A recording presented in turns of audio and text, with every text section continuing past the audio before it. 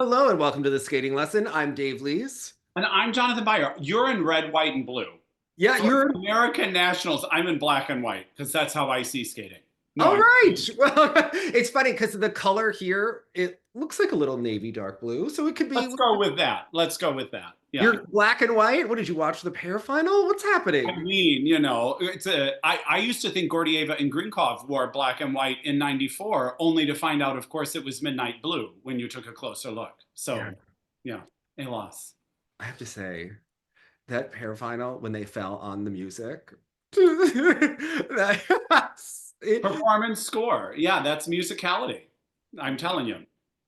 well, I don't remember the last time we chatted about skating. Where were we, Jonathan? What was happening? What It was Grand Prix final, where we saw many of our American skaters there. had they announced that Russia was coming back yet, though? They had not. Okay, How do you feel about it? okay, I feel conflicted about it. Of course. Although, since Trump got reelected, I felt like it was going to happen because the way I look at this is I'm just looking at this not in terms of what I feel about the Ukraine war. I'm looking at this in terms of the power structure in the IOC. And I want to make that very clear when I say this, right? You have three main players in the IOC: the US, China, and Russia. I mean, they have had their own private summits, right? So China is obviously very close to Russia, and the US under the Biden administration was not. But now that Trump is, you start to wonder, okay, the US OPC is government funded. What's their position going to be? They don't really have that same um, manifest from Congress, right? So I don't, I kind of didn't see the behind the scenes power to keep Russia out. Also, I think there's more of a sense that they need them for the Winter Olympics than the summer. I think the summer were very successful. They were very fun to watch. I don't think they had very many rivalries, right? Like it was kind of the Simone show, and it was all very nice, especially in the US. It was a great show, but we brought a lot of celebrities there to make it interesting. But the Winter Olympics have always kind of been this winter sports festival that are a little bit different, and the ratings are a little bit hit or miss compared to the summer, which are Yeah. steadier. Yeah. And I've kind of felt that it was going to happen. I So mean, it was always interesting to me because obviously, because of skating, I always favored the Winter Olympics. But to me, also just based on the time of year, mhm. I'm more inclined to stay in the winter and watch all of the Olympics. Where I think the summer is a tricky ask because everybody's out, everybody's vacationing, everybody's doing outdoor things. Like I was always surprised Mhm. what an audience the summer games drew.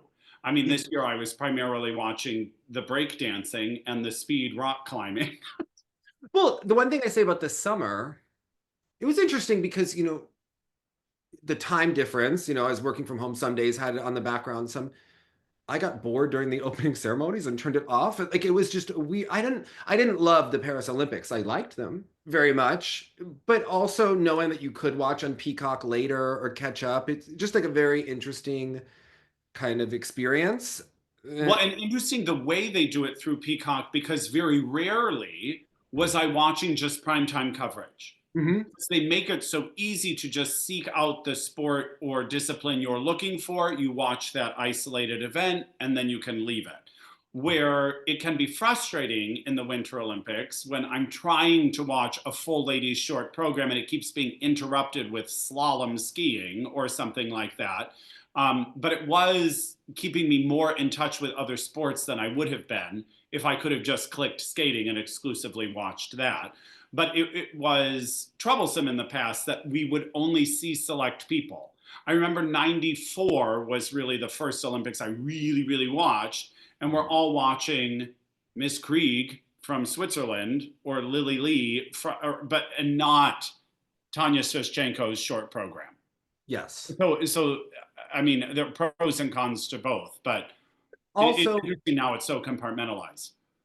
I think for me, I miss the simplicity and the beauty and the elegance in all of the subjective sports that we used to see before as they tried to make them maybe more objective. And to me, it's just gone in the wrong way.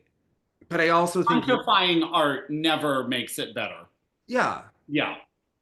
and it'll be interesting to see what happens. So one of those things that hasn't been reported on widely yet, but skaters are starting to talk about is, so over the summer, I remember exactly when it came out because I was in Lake Placid. I took a trip end of June, beginning of July, and USFS sent out rules about the music that was changing, and it was like ASAP, 911.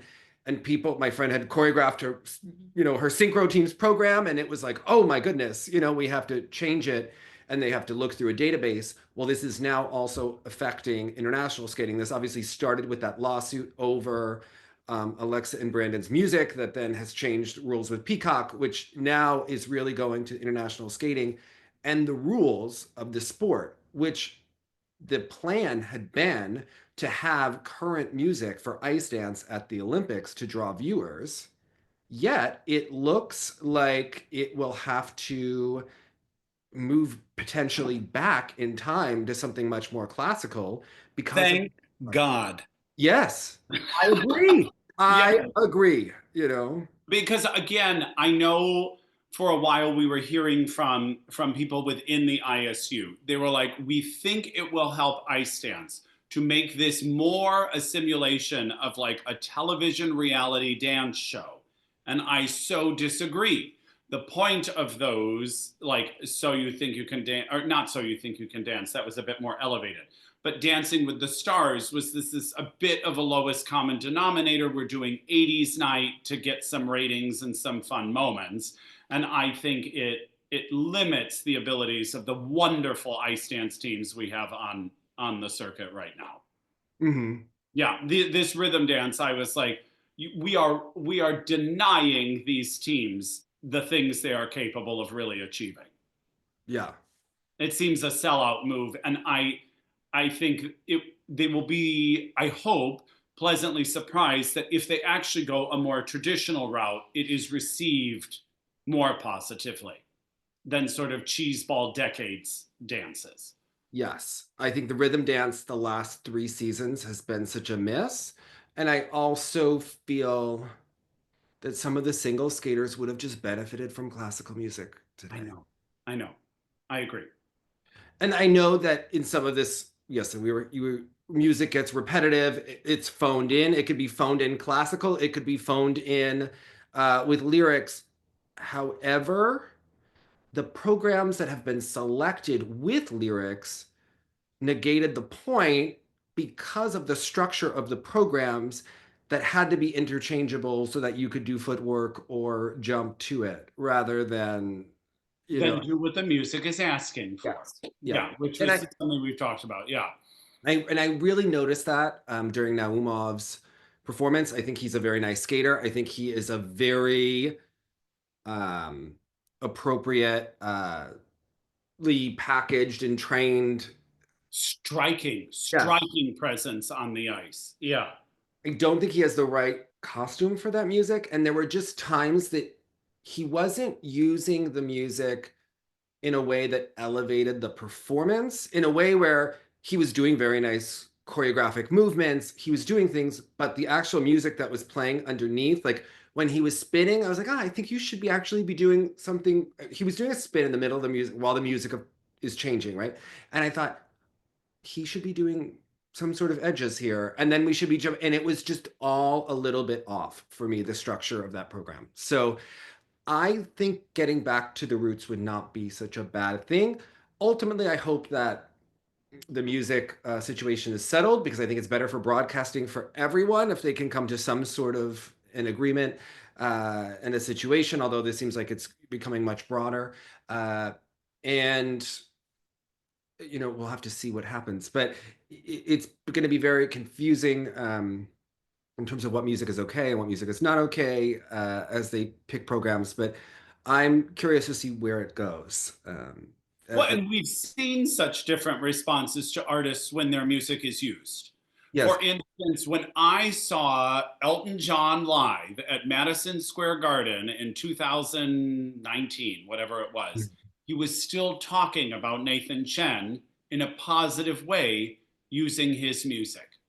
Yeah. And so many artists are so gracious that their artists or that their music is being used. And for Alexa and Brandon to have faced that with, to me, a no-name music group that just got their knickers in a twist over. It's oh my gosh, I never had this thing when we used to and Frasier. Yes. Yeah, when we talked about her. Yeah. By the way, she is expecting congratulations. Exact Nationals announcement. Mm-hmm. But good for them. I'm happy for them. They seem to be thrilled. Interesting. She had posted doing triple jumps on Instagram, and then they abruptly stopped. And yes. Yeah. Mm-hmm. And congratulations to her. Also, housekeeping. We got in a whole conversation that Deanna gave me a little like playful shade, and Nolan had said like, "Oh, that's bitchy," and I didn't mean it in a bad way. I think Deanna's fantastic, and I don't think that she's always have been. No, but it could have come across the other way. And watching it, I just wanted to say like she's very fantastic, and sometimes we deserve a little bit of like poking. But she had said no shade to it, but the conversation of the show came across a different way, and I just wanted to clear up. What you say? I don't know what you said. No, it was not just even worth it. Yes, not worth it. But it was, when things come across and you're just like, listen, we have to be very. Deanna's Canadian now, right? She's PCing all over the place. Yeah, okay. You have to make sure that they understand that she's a diva for good, right? There are pair girls for bad and pair girls for good, right? Well, and you were just posting all of those videos from, what was that? That Jenny finally converted from the 97. Well, we have 96 and 97. And we've watched them TSL Live. It's the Junior Olympic Nationals. Oh my, it's so funny because some of them are tapes. So Jenny made it in 96 as a juvenile, but she had a bad regionals or sectionals for the 97 season, and she missed out on intermediate, and her mother bought the VHS tape that you could purchase from the company and get all of the people from nationals so that they could watch it and study it to see what those girls were doing that she wasn't. And her mother had spreadsheets but back in the day, those girls gave you something to watch. Like they were musical, they had gorgeous lines and gorgeous positions.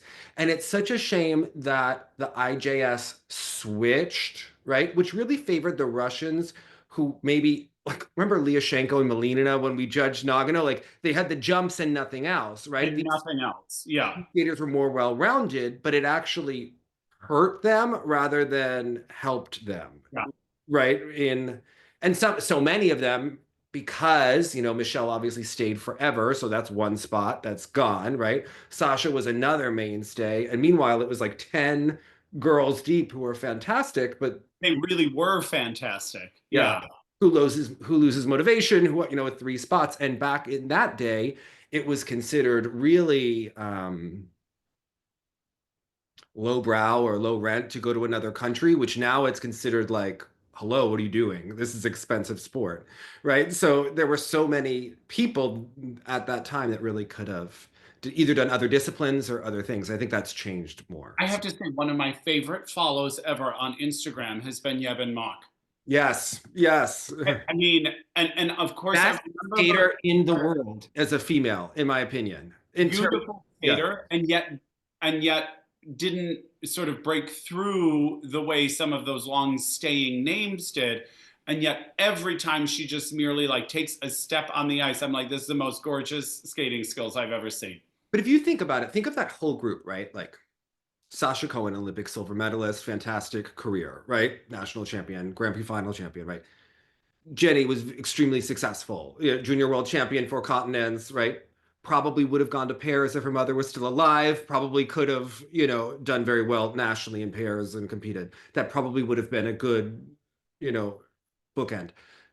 Naomi, fantastic, went to pair. Deanna, now world champion, right? Yevhen Mock good senior career, but really thrived in shows and then continues to be even better at skating now. So you know, like you look at these skaters and what their, you know, legacies have become in the totality of the career. You know, yes, Sarah Hughes won the Olympics, right? So there's so many different things and ways that they've all eventually found their shine, I guess, if you will, right? Rather like if in that generation. So it's like very interesting about It was an embarrassment of riches I didn't understand we were experiencing at the time. yeah. Yeah.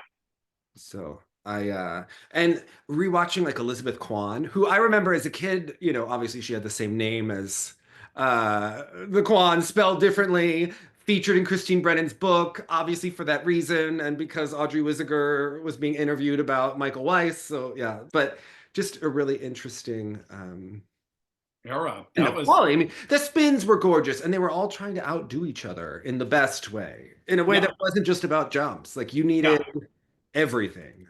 Now, having said that, Mhm. I mean, we know, of course, as we've talked about at great length, one of the dangers that has happened with IJS is this formulaic same program one after another, same formula, same jump content, same approach. I will say, in general, over these entire championships, what was really nice for me to see was the variety. I did see more variety than I have in nationals past.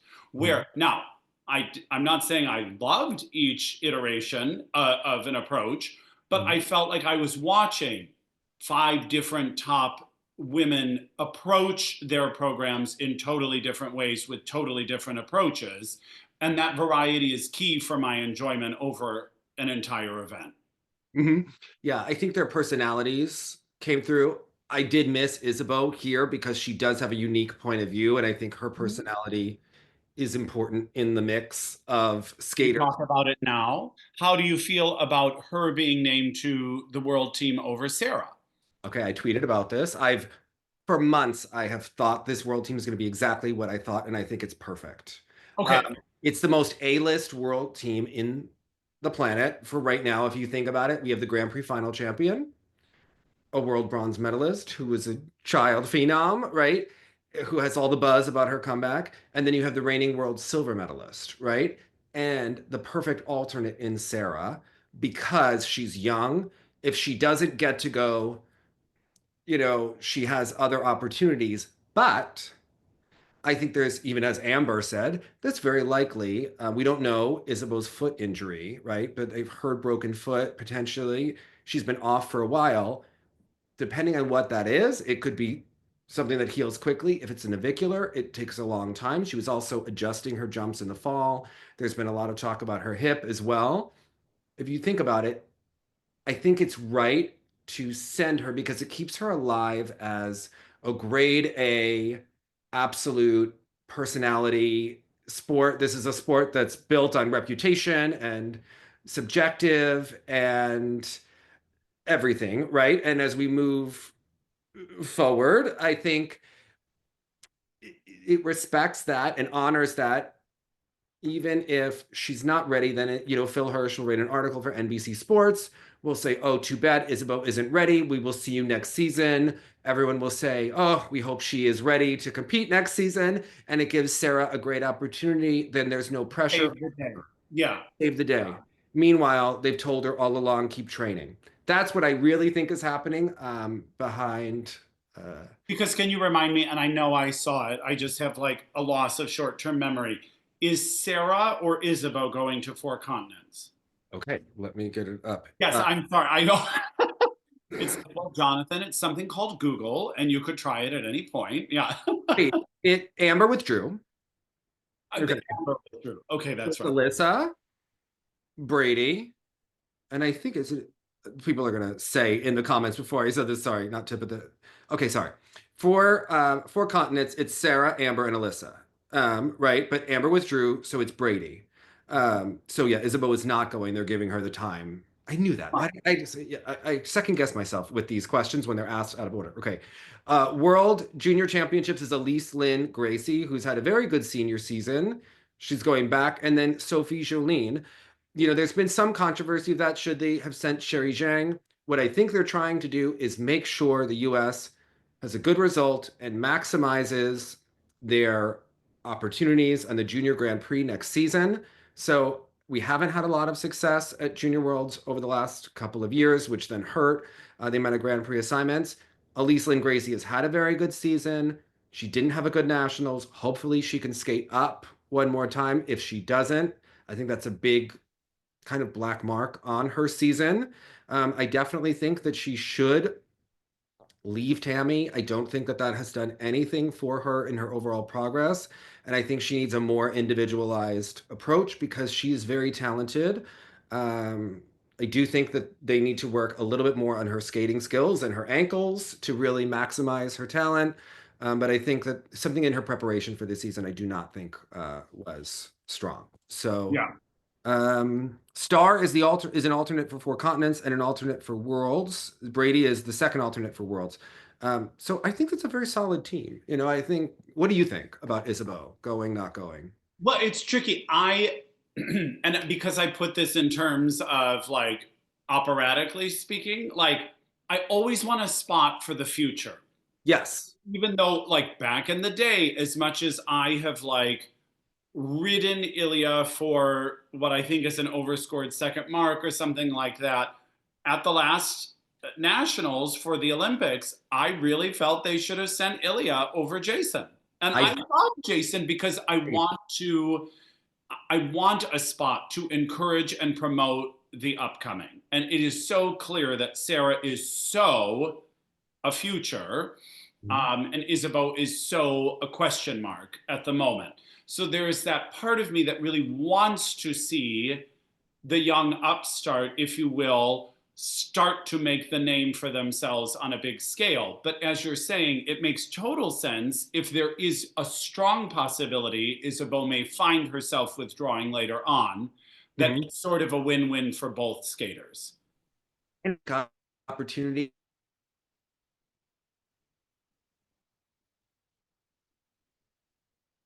We're all such A-list bona fide stars at that point in time. You know, you want that team of the three superstars, right? And that's what they're, having the opportunity to do. Which also makes sense. It really is just a philosophical difference in how you're angling for this one. And of course, we know the worlds before an Olympic Games is hugely important, and it's all about who's going to place for the spots and blah blah blah blah blah. I just really commend Sarah, even though we understand where the growth possibilities are. Mhm. She does a great job, and she jumps like bonkers, and she delivers. I So was actually worried because I've heard from judges before, and I've felt that this should be the team for a while, just based on how the fall was going and everything. There were certain factions that really wanted Brady to be the next in line, right? If Isabel wasn't going. no, I felt strongly that Sarah has like this Jade Carey quality where she skates up. Yes, there is a lot of work to do on the style. However, she has an ability to compete. And Brady trains clean all the time. And I will say, I saw her clean in the summer. Someone was telling me about how clean she was in Hackensack. And she hasn't competed that well this season here. And it doesn't seem like it's a peaking issue, right? So I'm just wondering, is it just the pressure, the nerves of returning to competition? You know, it's a very fierce competition. They didn't give her, and we can talk about this. There was a lot of talk about the calls in the show program and Brady was in the so past. just quickly, I'm curious, which feed were you watching? Which commentators were you? I watched the Ashley Wagner losing her I voice. did as well, which of course, as a vocalist, was horrifying as she continued to lose her voice more and more with each word. And I Yes. was like, just be quiet. But I do think she had good insight. And you know, I always think that these former competitors that are quasi recent competitors can often project when they Mhm. are commentating. We talked about this, Mary Lou Reef will remember, about Tara commentating for Gracie. Oh, I have to tell the Gracie. Okay. Gracie in the practice with Jean-Luc does a great job he's very detail oriented like we are. He was talking about someone with lower cross syndrome whose ribs were sticking out. Jonathan Rogers in the practice. Tell me more, Jean-Luc. Tell me more. I want to learn from And you. how that disconnects your upper and lower body, which is someone who has worked on my posture, is so true about how when you don't feel like everything is working together. Gracie was talking about Ilia, and it was so funny because I remember this so vividly. She was very emphatic about how people are tough on Ilia's skating skills, and she thinks people are too tough. And I messaged Jenny, and she's like, I feel like she's talking about us. I remember going to um, LA, and Gracie was showing us like Lori Nickel will teach skaters like specific figures to do. I think we've seen Yuma do them in Carolina. Gracie was doing them at the beginning when we went to visit her in LA, and she was like, I think people are too tough on my skating skills. And I remember this conversation, and this was 2015, and she was talking about Ilia now. Well, if he can jump, he obviously has skating skills. He just hasn't worked on his stroking. And she and Jean-Luc were going back and forth. And then she kind of contradicted herself because then she said that her skating was quad dominant rather than using the posterior chain, which is something with like actually Tessa Virtue had to do with how she skated and how that related to compartment syndrome and all of that, how you're actually moving with your alignment. It was a really interesting conversation, but she was really in her feelings about and identified with Ilia and the artistic comment. But I think people also made that same criticism of Gracie. And I actually Totally different situation, though. situation, but I don't think Gracie ever fully I don't think we got to see her fully artistic because of the way her career went, right? So we don't know what would have happened. And then it was, trying to get the jumps back as, with the right music and everything like that later. So just more of a disconnect, but it was just like an interesting discussion. Where were they doing that commentary? It was on Peacock on the ringside practice. So And I so would it like John. practice. I have to say, I loved that they brought in Papadakis. I thought what she said was good. Okay, I'm just used to people on NBC having the big, bright IMG personalities like a Gracie or an Ashley or a Jean-Luc. Gabby is a little bit French, and Understated in her commentary, and it was a lot of I love them because they blank. And yeah, it just seemed like there were insightful things she was seeing. It was just a bit first approximation in her delivery of them. the tone of her voice is lower, right? And monotone, but lower and breathy, right?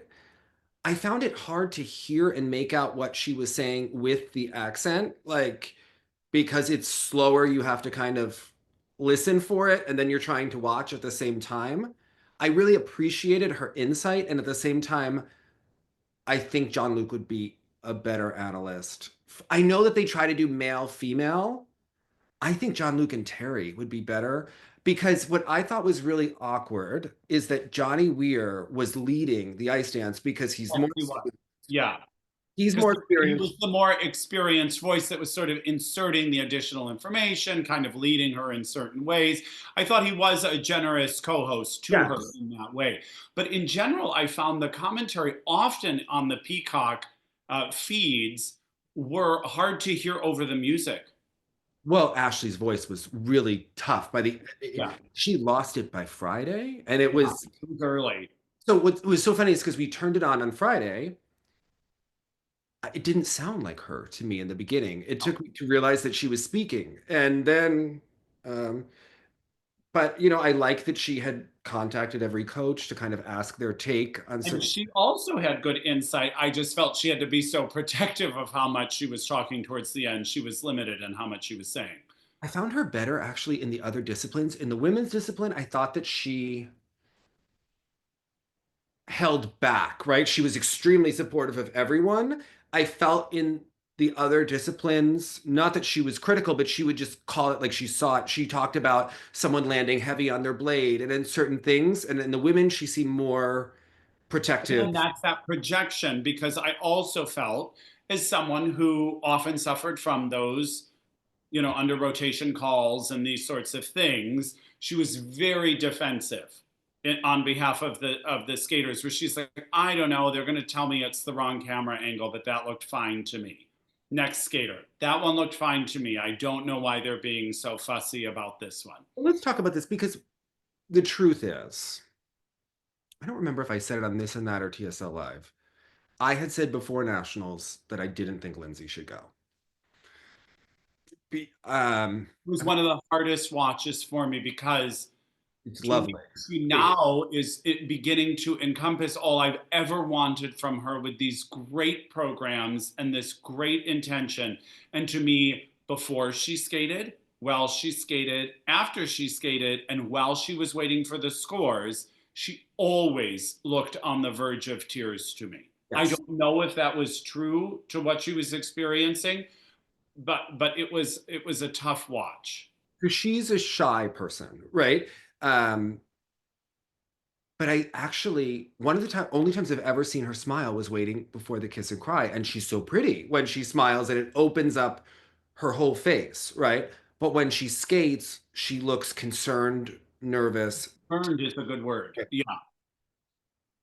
and she hasn't learned how to smile yet when she's really skating, but she's emoting with her body finally, especially in that hosier free. They move her shoulders and stuff, and her actual edge quality has really improved, and you could tell she owns it. I didn't know she was capable of this kind of skating with these kinds of programs. And it's sad because, of course, these are among the weaker results she has experienced. And yet I feel like I am so behind what she's trying to do now with this skating.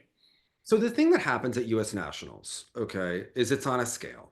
And this happens every year that they've had the calls.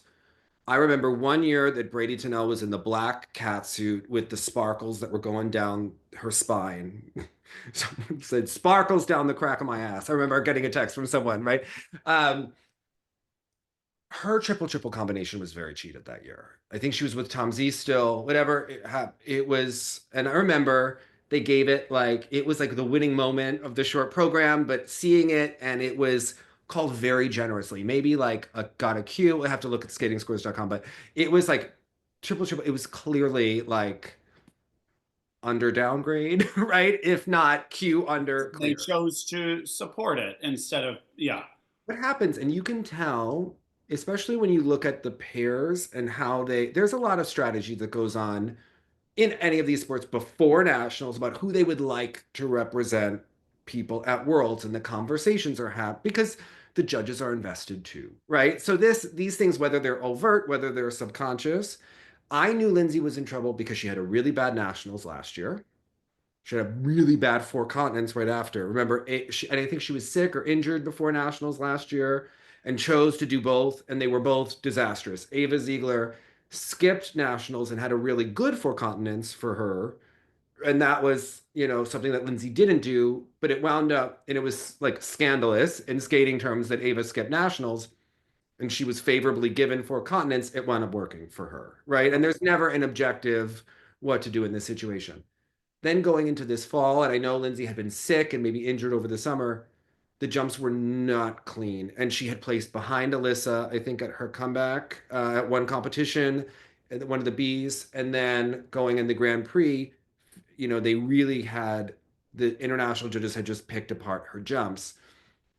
Now, I think some of Brady's jumps, if she is loose and free, they are clean and she's powerful. But if she is nervous, and especially when she does the Lutz and combo, and most people, if they're going to do a triple, the first jump can be a little bit more cheated to get the toe off. Uh, we will see, right, that her jumps can be questionable, especially on the flip, if she's going to have like an under. They didn't call, they selectively call, right? So Amber, this is so funny because I was looking at Instagram. Tara Lipinski called out Amber's axle, her triple axle as being under in the short. They gave it a Q. Yeah. Right? In fact, I thought that her flip was a Q on the combination, and she did double toe. And I thought that the loop was a Q, if not an under. Amber is Grand Prix final champion. They're trying to boost her to worlds. So they look upon that more favorably, and we don't kill our own at nationals in the same way. But for someone like Lindsay, they did not protect her anymore. Where maybe in the past they did protect her because she had medaled at NHK or so, like you're Right. protected until you're not. And this has happened to Agnes Zawadsky and it happened to Mariah, I think in 2013. And it's happened to different people where all of a sudden you are dropped live on national television and the skater maybe doesn't get the warning or they don't, it's not said in the way where they hear it, right? Or the coach. Ashley, observing it, full blown called it out. Yes. Oh, the judges dumped her. I think that's unfair. The judges have decided to penalize her when they didn't have to. To me, okay, her jumps were under. Okay. She's kept getting taller. If I were to look at this going forwards, if she really loves to skate, she should keep skating, right? And to me, based solely on the outside, observing the struggles of emotion it seemed that she was experiencing through both programs before, during, and after, I would say go to college. I would say it maybe the love is lost for the moment. And as Alysa showed us, Alysa was very vocal as she sort of fell out of love with it and kind of got burnt out from it, only to come back and have that moment, which I love more than anything, which is like, wow, here is a person who got burnt out from what she was doing, took a break, and is genuinely enjoying being back. And it makes that performance so different than every other one we're seeing. Now, Alyssa has a little bit more of the technique that you'll see on her pick jumps, right? Her toe jumps. So the flip, lutz, she pre-rotates, right, off of the toe. And the jumps are then smaller where the landings are more questionable. She's actually pretty good on the edge jumps. She was working on her triple axels here. She has that belief in herself, but for many years, Alyssa has been on the more positive end of the spectrum with her rotation. And even internationally, with the buzz of her comeback, she has gotten more generous calls, right? They could have picked her apart more in different ways, but her overall skating has improved so much and she is on the ascent, right? Brady in the free, they were not as kind to, right? And I think, but it was funny that Jeremy Allen said that the quote from him was that they couldn't believe that, um, Brady's jump was under, which I actually don't believe. I think if he was giving, and But I feel like you have to say that. I imagine that he didn't think he was surprised that they called her combination compared to what they didn't call. Because I remember posting Luna Hendricks triple triple combination on Facebook video that she did over the summer, well, a year or two ago, and him going under in the comments and being like, oh, that was bold. I mean, accurate, but bold. But Yeah, Luna has yeah. also been scored generously until she isn't. And notice that she took this season off, right? Like this happens. So, um, I associate a lot of those under rotations with tight performances, yeah. nervous performances, all of this sort of stuff. So what was different is Brady comes out and gives you the energy of like, I am concentrating. I have got to do this. I need to make it through this program. And Alyssa coming out, even though this sounds trite and not related to the competition, you see her before she takes center ice and she's chill. She is settled as a human being. She knows what she's doing. She knows how much this matters or does not matter to her. She skates out to the middle, has a blast. So even if she is under rotating in the same way Brady is, she has already convinced me she's rotating because she's giving a more comfortable performance. That girl believes in herself. Like Mhm. And when you do, we do. she's a Hughes sister in that way. She Yeah. believes it no matter what. Whereas Jonathan, if we cheated a jump, we'd be looking at the ice, showing it on our faces. Okay. Like just can't, you know what? Couldn't do Oh, it. I have to say, sometimes in music, I was a fake it till you make it. Just keep going. They probably didn't even notice. Yeah. Um, so uh I Alyssa has that unique skill, and it's why she's able to compete so well, right? Like she, Had more important performances in both programs to me. I felt okay, her long is a lot of fun. I think the short program is more sophisticated, not just in the music, but also in the actual steps, and makes her look like 1 point higher in each of the components. The long program, just the appearance of it is quicker, perhaps slightly sloppy. There have been stamina issues throughout the season. She talked about that in the press conference. To me, it doesn't elevate her as much, even though I love Donna Summer. I think the actual choreography and structure, but I like the energy that it had. And A good time and she sells it. Yeah. I was looking, I expected Amber to skate well and win and Alyssa to be second coming into this competition. Okay. When Amber didn't skate well, and then Alyssa was, whether or not the jumps were perfect, she was performing well until that last spin. I thought this would be a, Probably cost her the title, didn't it? and it would have been such a nice way to end the night. Yeah.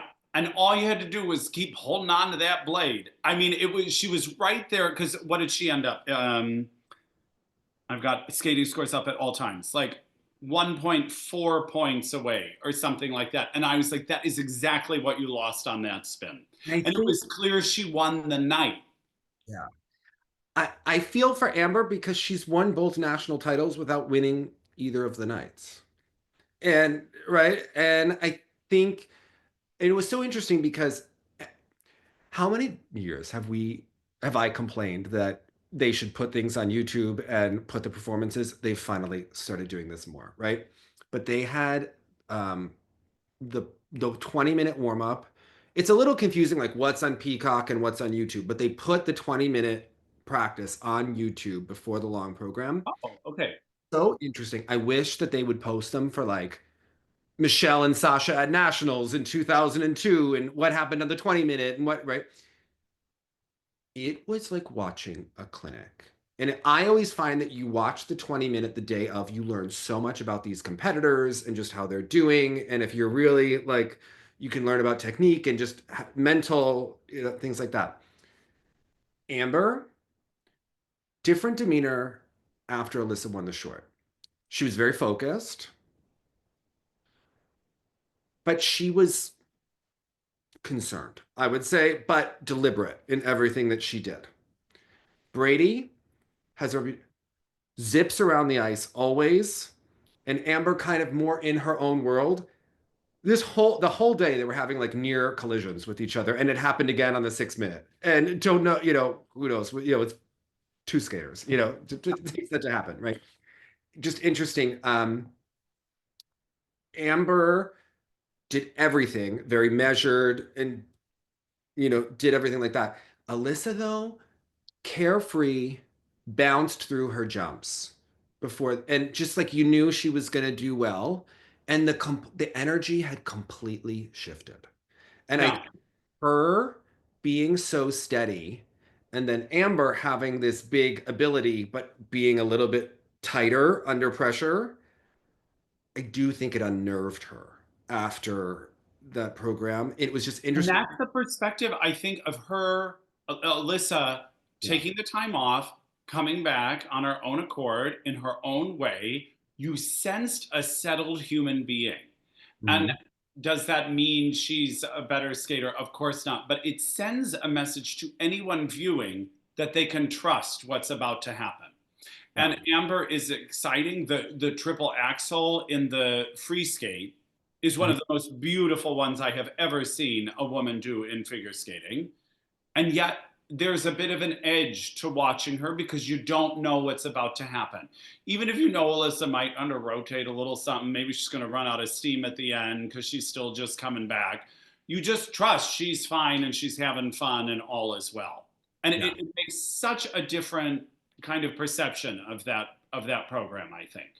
Yeah. I do think very strongly that Amber needs real music for next year. To me, this sounds like I do a lot of, in my real job, I produce videos, right, for corporate. So the music that's able to be used in corporate videos is, royalty free, right? So, and it's either AI generated or different artists, do this for Public different. domain. We're doing turkey in the straw, turkey in the hay. Yeah, okay.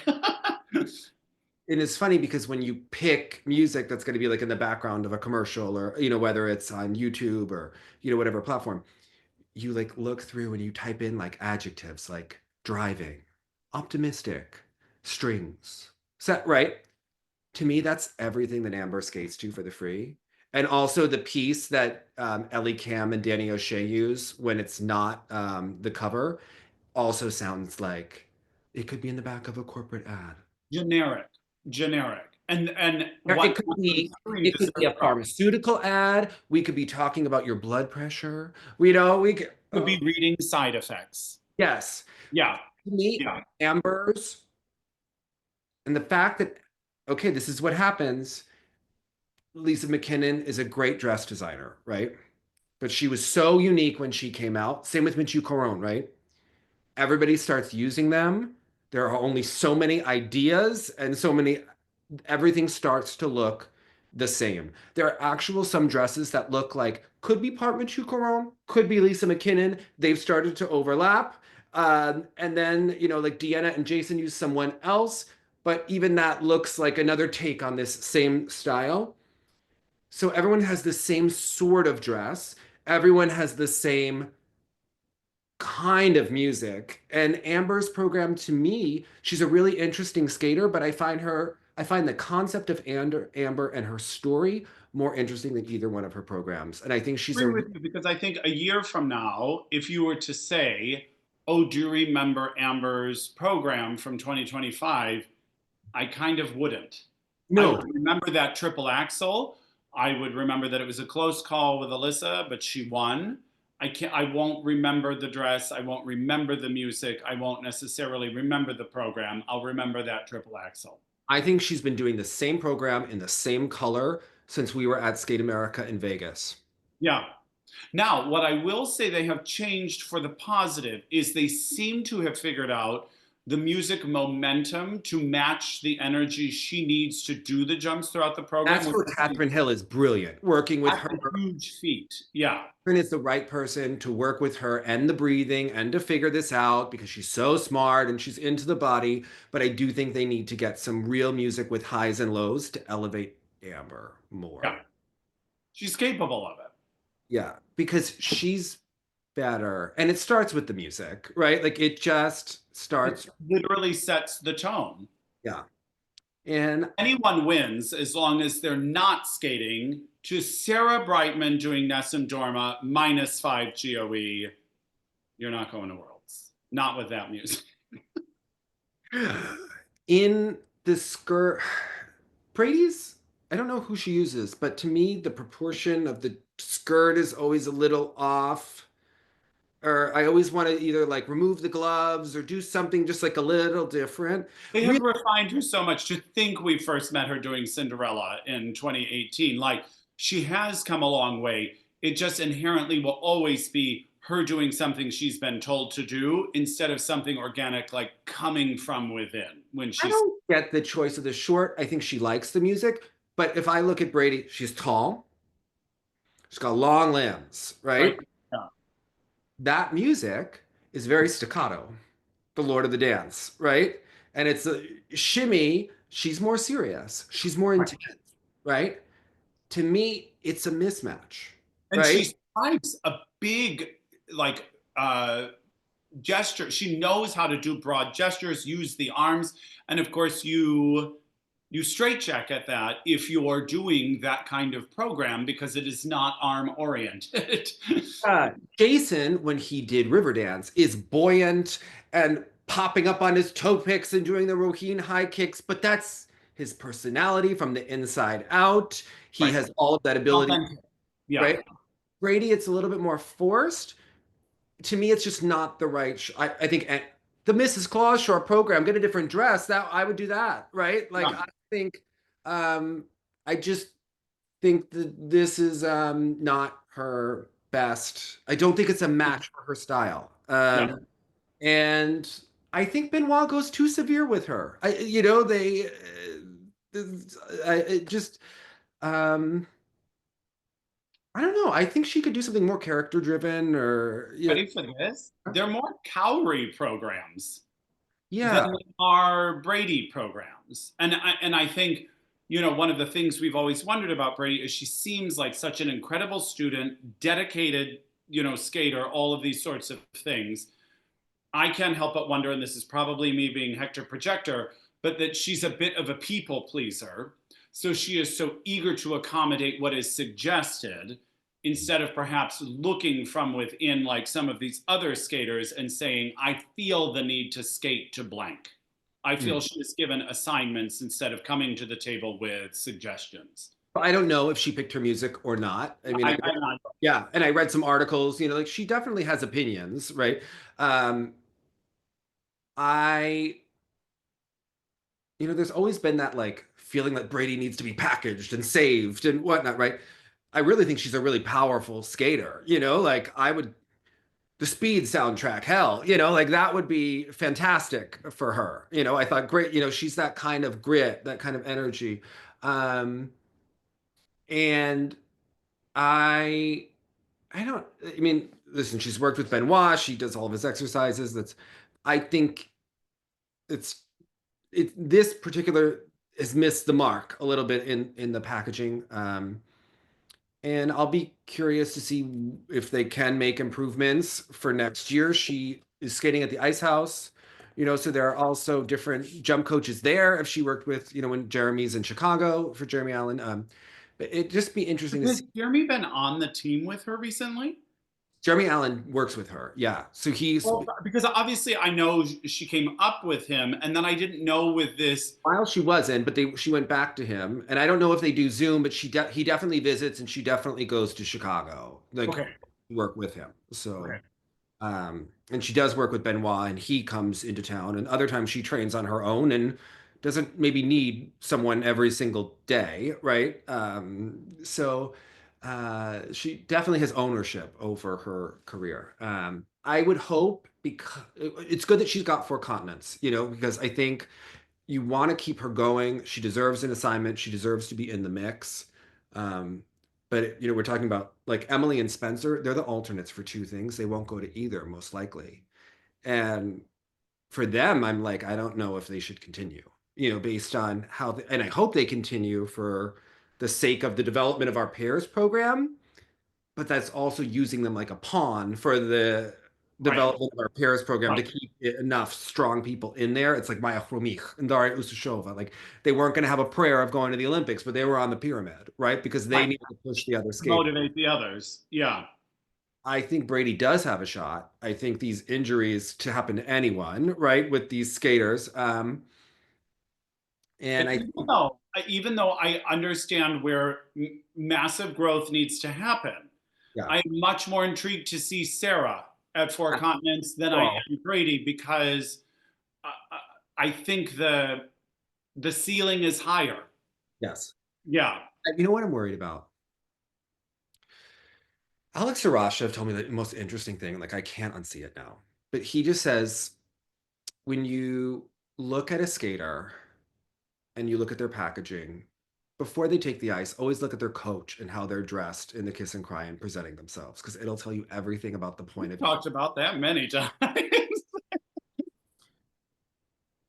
Ilia Malinin, and you know, he's around Ari Zakarian. There's a lot of like flashy Armenian, like Russian Republic energy.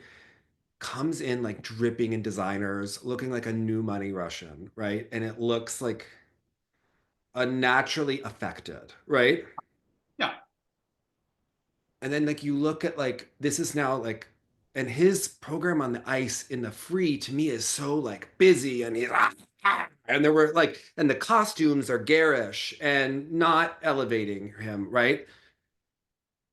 And like this is who and you think of like even his father skating and then you think of his mother doing the Aladdin program. And Sarah Everhardt is now there who really needs stylistic help. And it's like, oh my God, I know that they work with Ting in the summer. Please hire Ting to like skate with her an hour a day and just get her how to have style and skate like a woman because Ting didn't have her best performance here, but she was the most elegant, classy skater in the freaking. Always has been. Always has been. And then the question is, are you born with that or is that taught? I see someone like a Sarah. she has the thing you can't teach. She can springboard right over the whole damn arena. Like, it's remarkable what's happening with the height of those jumps. And I just sense she would soak up any information given to her. You just want to make sure she's in front of the right people giving the right information on how to refine the next level. I think we need to call in damage control, right? So I think we've got a few options. Yevon Mock, she's on another continent. It's a little tough. Okay. Wait, where is she? She's in England. All right. I did not realize that. Okay. Okay. We've got David Shapiro. Mm-hmm. He's an artiste, Jonathan. I think he lives in his own black and white world on Instagram. Might be sensitive artist, difficult to pin down for this kind of responsibility. Yeah. Right. Hall of Fame inductee, Renee Roca. More Renee. Anytime I heard her name, I was like, yep, that's why that program. She did the Alysa and Misha program. Okay. Renee.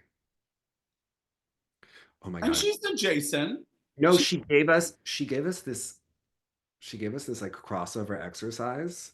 And like I think I did it, Yuka did it, and like Paul did it, but like Paul didn't like how he did it, and maybe didn't like that he wasn't one of the best ones at the crossover exercise. Always a competitor. Yeah, okay. It's like scary. And it was she's a force, that Renee. And really gets it. Oh yeah. Sees who's in front of her, knows how to package exciting moments. And here's the thing, Sarah's a very exciting jumper. She knows how to be exciting.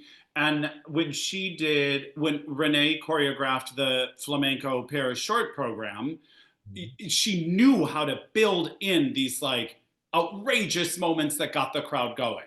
They may not have garnered points. They may not have been technically difficult, but they got that second mark up because they were performative and they were with the music and they were exciting and unexpected. And I think that's an easy achievement for Sarah to make. Or we call in the power duo. Sandra and David? No, Sandra, you have to like cajole Sandra, and like maybe you have to hire David and then get Sandra to like approve, because I don't see Sandra with Sarah.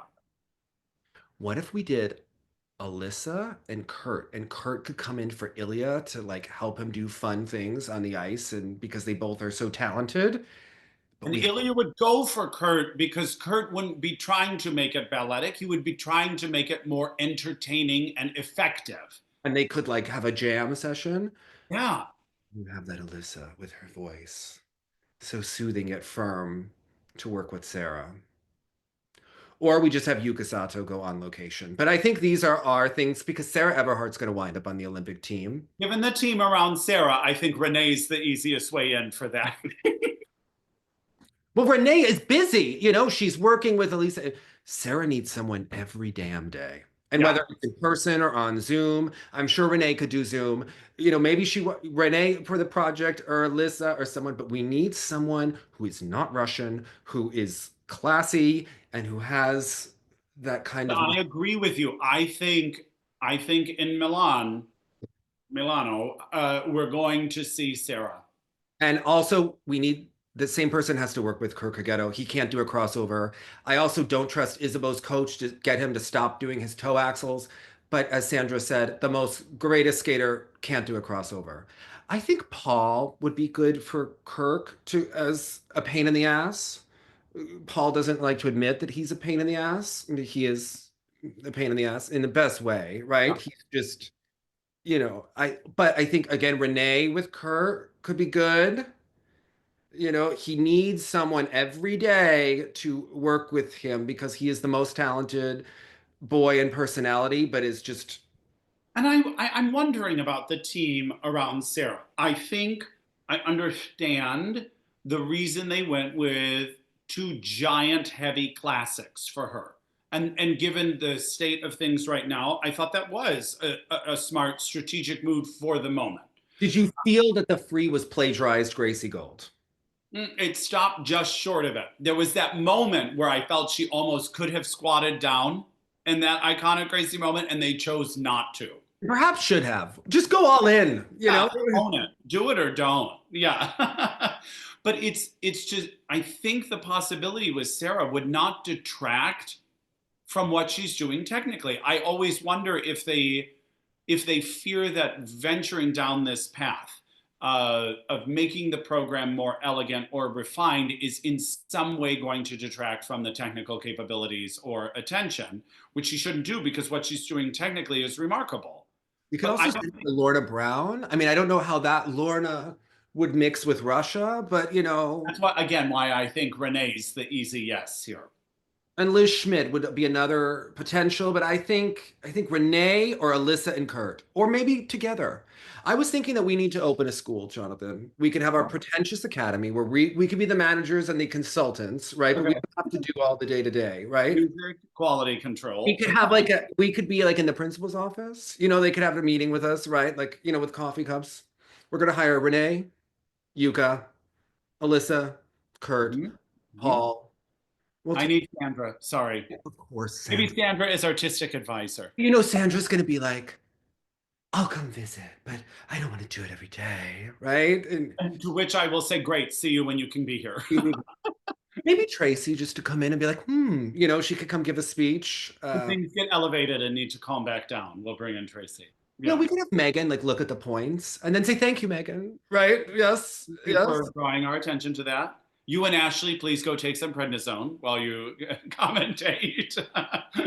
There were a lot of comments that Ashley's voice was sounding like Megan's, but I will say Megan's pet project has been Audrey and Balazs, and she did a very good job with them. So yeah.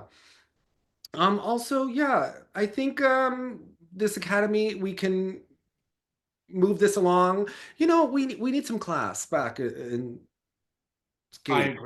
I agree. And we have competitors very capable of it. Mm-hmm. Yeah. We could just put Mary, we could just send the video to Mary Scottfold and she could say whether she liked it or not, you know, ahead of time. Japanese. Yeah. That's when she comments on Facebook. It makes me excited every time, whether it's positive or negative, you know? Yeah. Either way, we just want to hear from the source. Yeah. Oh my God. And every time Paul has me do his scratch spin, I'm like, well, Frank Carroll really liked mine the way it was before. So like my backspin. The next Sandy Lens, Dave, don't fight it. Oh my God. Sandy, she's feisty. I've texted with Sandy Lens. She's fabulous. Yeah. From the past. She knew what she was doing. That whole 1980 Olympic team. Yes. 3 women. And Elaine, okay, who was the Sarah Everhardt of her day. All right. That's right. That's right. With half a foot, Jonathan. Correct. I like make sure the Russians know that I'm like, Roman Serov, you realize Elaine had half a foot and she made Jimmy Ma. Okay, like, come on. All right? She literally like broke the technical system with half a foot. Remarkable. Remarkable. Feisty, Jersey. Just saying. Okay. I had a brunch in Paramus the other day. I thought of Elaine. I always do. Whenever I go to Paramus, I'm like, pride of Paramus, Elaine Sayak. Anytime my hair gets too puffy and I'm wearing light blue, I think of Elaine. Oh, man. Okay. And hers with the best Nationals quote of all time. And she's like, what do you mean I get a medal? I'm 4th place at 94. And she's like, well, you get a medal for we interviewed her. All I remember is that she said is, I was always the champion. But you need that mentality in order to. That's what Alyssa Liu has. She believes she's always the champion. And when she said to you, she was like, well, you know, Roz only won when I didn't skate well. Yeah. If I skated well, there was no question. If I let Roz win, she did. And I was like, yeah, she's not wrong. Elaine is very Megan Duhamel. Mm-hmm. You got to play to win. And I just can't quit Rosalind. I don't know what it is. I'm gay. You know what? I love them both. You know, it's just. There's room in our hearts for both of those. And Tiffany Chin, that was another embarrassment of riches. The winner of 84. I know. The real winner. Sorry. Or was the winner of the men in 84 for real? I don't know. Scott's figures were like really like. Yeah. My God, I had a moment during Paul Wiley. I haven't posted this. Because, you know, Paul was competing in Calgary, so he didn't. Only very few gay men of a certain age, like you, specific ones of our fans who have watched since the beginning, you know exactly who they are, who would message you about this. So I got called to flats at sectionals in 2022, and just like I only do the Lutz when Paul is around. Okay, like I just Okay. we you know, and he compared me to Jean-Christophe Simone. All right, and I was like, How do you feel about that? how dare you? Dick Button told us he wasn't a good free skater, right? And he was The a only complete. person who rode worse was Agnes Goslin that Right, right. yeah. I had never seen the Agnes clip, like right. I recommend to every viewer right now to stop what you are doing and go watch Agnes Goslin from 1988 and Dick Button's commentary. Okay. And I made him watch it before our next lesson. Otherwise, I said I wasn't paying him because Paul gets yelled at, That'll convince him. Yeah. because he acts so like a Boy Scout all the time. Come on, okay. And I was like, you're gonna be Jean-Christophe Simone, right? But that's who Scott beat in the figures in '84. Mm. Fascinating. But apparently he had some Lutz that was really long on the entrance, whatever. All I'm hearing is Dick Button shading him. And he was like, Jim McKay was really trying to clean that up when Dick was going after Agnes, and Dick was just insistent that Not having it. He was like, no, Jim, no. Really terrible. I dare her to compete in the US. No, you do not talk about Jean-Christophe Simone. Also, he tried to talk about Plashenko once, and I had to yell at him that he has to stop talking about the skaters that we don't approve of. Like Just saying. And speaking of which, of this era of skating, remember Peggy talking about, was it Kira Ivanova's skates? yes, the boots were so dirty at the national. Boots were so dirty, and so was the sofa in the kiss and cry at this this nationals. It was that curved sofa. It looked like it came from maybe a cheesy furniture discount place. And on the corners, it was all scratched and darkened up. And I thought, these are Kira Ivanova's skates from 1984, and Peggy Fleming would not approve of this kiss and cry sofa. Yeah. I'm more set than ever. You ever notice whenever the pairs go internationally from Boston, they always send Alexei, right? But like, look at Alexei and Olga in the kiss and cry. Alexei's sitting there like this, having sneakers on, and Olga is like, Double standards. and I had lessons with her, right? And I will just tell you, I don't know if she taught me anything technically, although she gave me exercises, right? But she makes you feel like you want to land things, right? She has that mother energy, right? They should send her with those teams internationally, especially the Russian, right? Like she just has all of that. Well, the Boston pairs were working out this championships, weren't they? But like, Olga is a force. She walks around that skating club of Boston like she's the queen, right? And they all sort of like move. And she's not even Tenley Albright. I know, right? I don't even know if she knows who Tenley is. She'd be like, "Oh, that woman with the hair." Yeah, She was skating in the outdoors. Yeah. yes, She's my doctor. Yeah. you know what? She's always great. She was very successful here. I wish that she figured out Jimmy Ma a little bit more, and didn't let him do that free program to that music. It's not for him, but No. I know. okay. So back to the women. Where were we? Amber. Well, I think we covered the women. I decided. Okay, wait. Let me just think. The women. Amber Glenn. Amber Glenn. There. Okay, I don't think she's ready for the second triple axel at Worlds, but should do it at the World Team Trophy. That's what I'm thinking for this year. Smart. I mean, it was interesting to see it so tight in the short because we have not seen it tight like that throughout the season, I don't think, unless I missed one. But the one in the free skate was just... I'm an emotional gay. Do you think it's the right decision for her after she has been so focused to not go to 4 continents? I think she needs that rest. I think so too. And I mean, I hope she's not thinking about it because she strikes me as the kind of skater that wouldn't feel emboldened by this fact, but pressured by the fact that she is undefeated. Is she not? She is. I mean, this is a moment. This is a moment that, if I'm being totally honest, I didn't understand was possible. Of course. I didn't. People that obviously knew much more than me that I would always listen to, yourself included, were like, no, this is possible. And I was like, okay, if you say so. I never said she could be undefeated. Don't Well, give me. you knew she had the potential I didn't to. think she was Tessa Virtue and Scott Moyer. Like, don't don't be saying I said she was Meryl Davis. Like that is Yeah. not. Wasn't she wearing what is it, Moonlight Sonata earrings and carrying a Vera Bradley bag? I think she's both of them. Yeah. Yeah. I never accused this happened. No, this is. But I wonder, because especially just to circle back to the idea of which Russians they'll bring, and they want to bring Petrosian, who obviously has technical content out the wazoo, whether or not she's I want allowed. hair samples every day.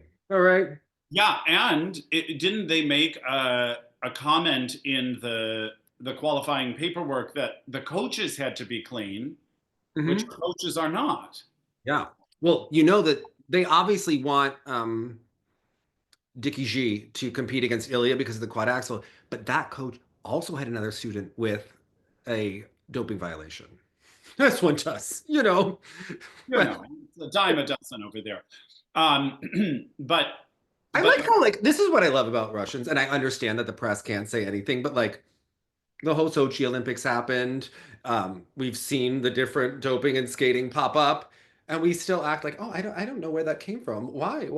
Maya plays it the best, right? Where like she makes you believe that she believes it. Like she's never given one inkling that she thinks that anyone is doping over there. Like she is a remarkable diplomat that way.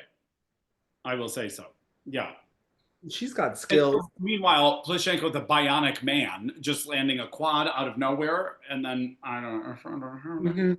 But if Petrosian is indeed going to be the The representative, competitors are Petrosian, Anna Frolova, who was not great at these nationals, kind of a plain Jane, right? And then the girl who ran away when they had everyone looking for her because the coach was so abusive, and then she's still with the same coach she was with before. and they all shamed her for causing a drama. Yes, that could be your neutral athlete. Which you know what? Please praying to the altar of Christine Brennan, who wouldn't know this story but could find out about this story. That's who we want there. Okay. That's No, what although I read in the Russian press your comment, which I think was the correct one, which I was like, send to Mishavo. yes. Do it. But That would be the public relations move of all time. All right. the one person who we're all rooting for, Yes. we'd be like, yeah, take it from Calgary, take it from They Amber. didn't quote it in the right context. They never do. They never explain it. They just make me sound like an idiot. Oh, send the old cook to Mishava. No. It would make everyone loves her. The world would be excited to see her back. They wouldn't give a shit. Russia, war. Everyone would be like, can she do that? The Queen, yeah, do this thing. Yeah. Odd. But if it is indeed Petrosian, like, I think Amber will. I mean, do we know? I would think Talk about someone who needs Renee Roca to teach her a crossover. Petrosian. All right. not that she'll need it for the PCS anyway, because I'm sure she'll get it regardless. But I think it does mean Amber will have to consider putting in two. Yeah. I think it has to happen. But yes. If- So, if and we she's- need our Wakaba to get a good Shaylin program with some moody. Yes. Yeah, I'm intrigued where the momentum of these Japanese nationals will take her. Because I think it's that confirmation, and I think Alysa Liu was feeling this also. When you're sort of taking a gamble on this whole coming back situation, I'm sure you believe you can do it, but you wonder if they're going to go for it. You know what no one will care about next year? Cowrie's double axel. It's so big, Jonathan. Yeah. But it's like these girls have triples, and Petrosian has a quad, and they can do other things. I know. And and Cowrie's double axel excellence doesn't necessarily mean to me, oh, the triple is easily available. Because what's so impressive about her thing is the trajectory of the jump and the speed of it, as opposed to the overall arc of it. Mhm. Yeah, I don't know, but Amber's, I would be intrigued if you say like World Team Trophy is the perfect place. Like, try to see what happens. Now, of course, they don't know who the president of Russian figure skating is going to be because they still have the election, but Anton Sikorlitsa is the only candidate running. So it's just like Putin, but he will be in charge. And all of the dance teams in Russia have withdrawn from the Grand Prix final. almost like they're now hiding them because they know that they're not up to the competitive level and they want to get them like in boot camp because they've been so lackluster. Okay, got it. It's Don't it's worry about keeping these programs up. Just work on your basics. it's Yeah. almost as though they've pulled them all to start training now for next season. Like they've mysteriously, the teams will not be competing at the. I'm sure there's official reasons. There will be a million comments saying that we are stupid. What do I think is happening? I think they're getting them back up to the international level because that's the one Well, discipline. and actually, that's the luxury of the situation they're in. Mhm. They don't have to prep for a faux domestic Grand Prix final. They can go back to basics and take that time. Yeah, That's and what. they want to send Stepanova and Bukin, but he had the Olympics he wasn't invited to. They also have Julin, who is definitely not neutral if they look at any of the comp. Definitely not. Yeah. I, So, yeah. oh, he's given some great quotes about us over the years too. Oh man, that was Little did he know, I sat next to Maya Usova at that 1995 Skate America. the She was star of the my band. best friend. Yeah. Right? She was the star. So, I loved her. And I was like, oh, you don't want to do this anymore? And she was like, oh, please. It's like, okay. I've never gotten to see her Marlboro ads, but she was like the Russian Marlboro woman at one point in time. Yes, yes. Wrap that up. Yeah. She's coming out. Yeah. Amazing. Oh man. Where to next? Stands. Okay. There are many things I like about Chalk and Bates. They've been sick at the last two nationals. Yeah. Okay. I'm really nervous about them going into Worlds. Because I know that they have 9 lives. But, and I know Marie France has a lot of judges, right? However, they won in 2023 with a fall. I know. Last year, big mistake at Worlds. They had a great performance at the Grand Prix final this year and last year, right? However, the last two nationals also rough. Granted, they don't have we don't have a better team that's better than they are, right? That's why I don't have as much concern, because I don't think anyone's going for the Italians material or the Canadian material this season. Okay. Is the Take Five a little bit above them? Well, you know what? It's interesting. Having seen it on the Grand Prix and in the Grand Prix final, I don't know if it changed or I changed or they just settled into it.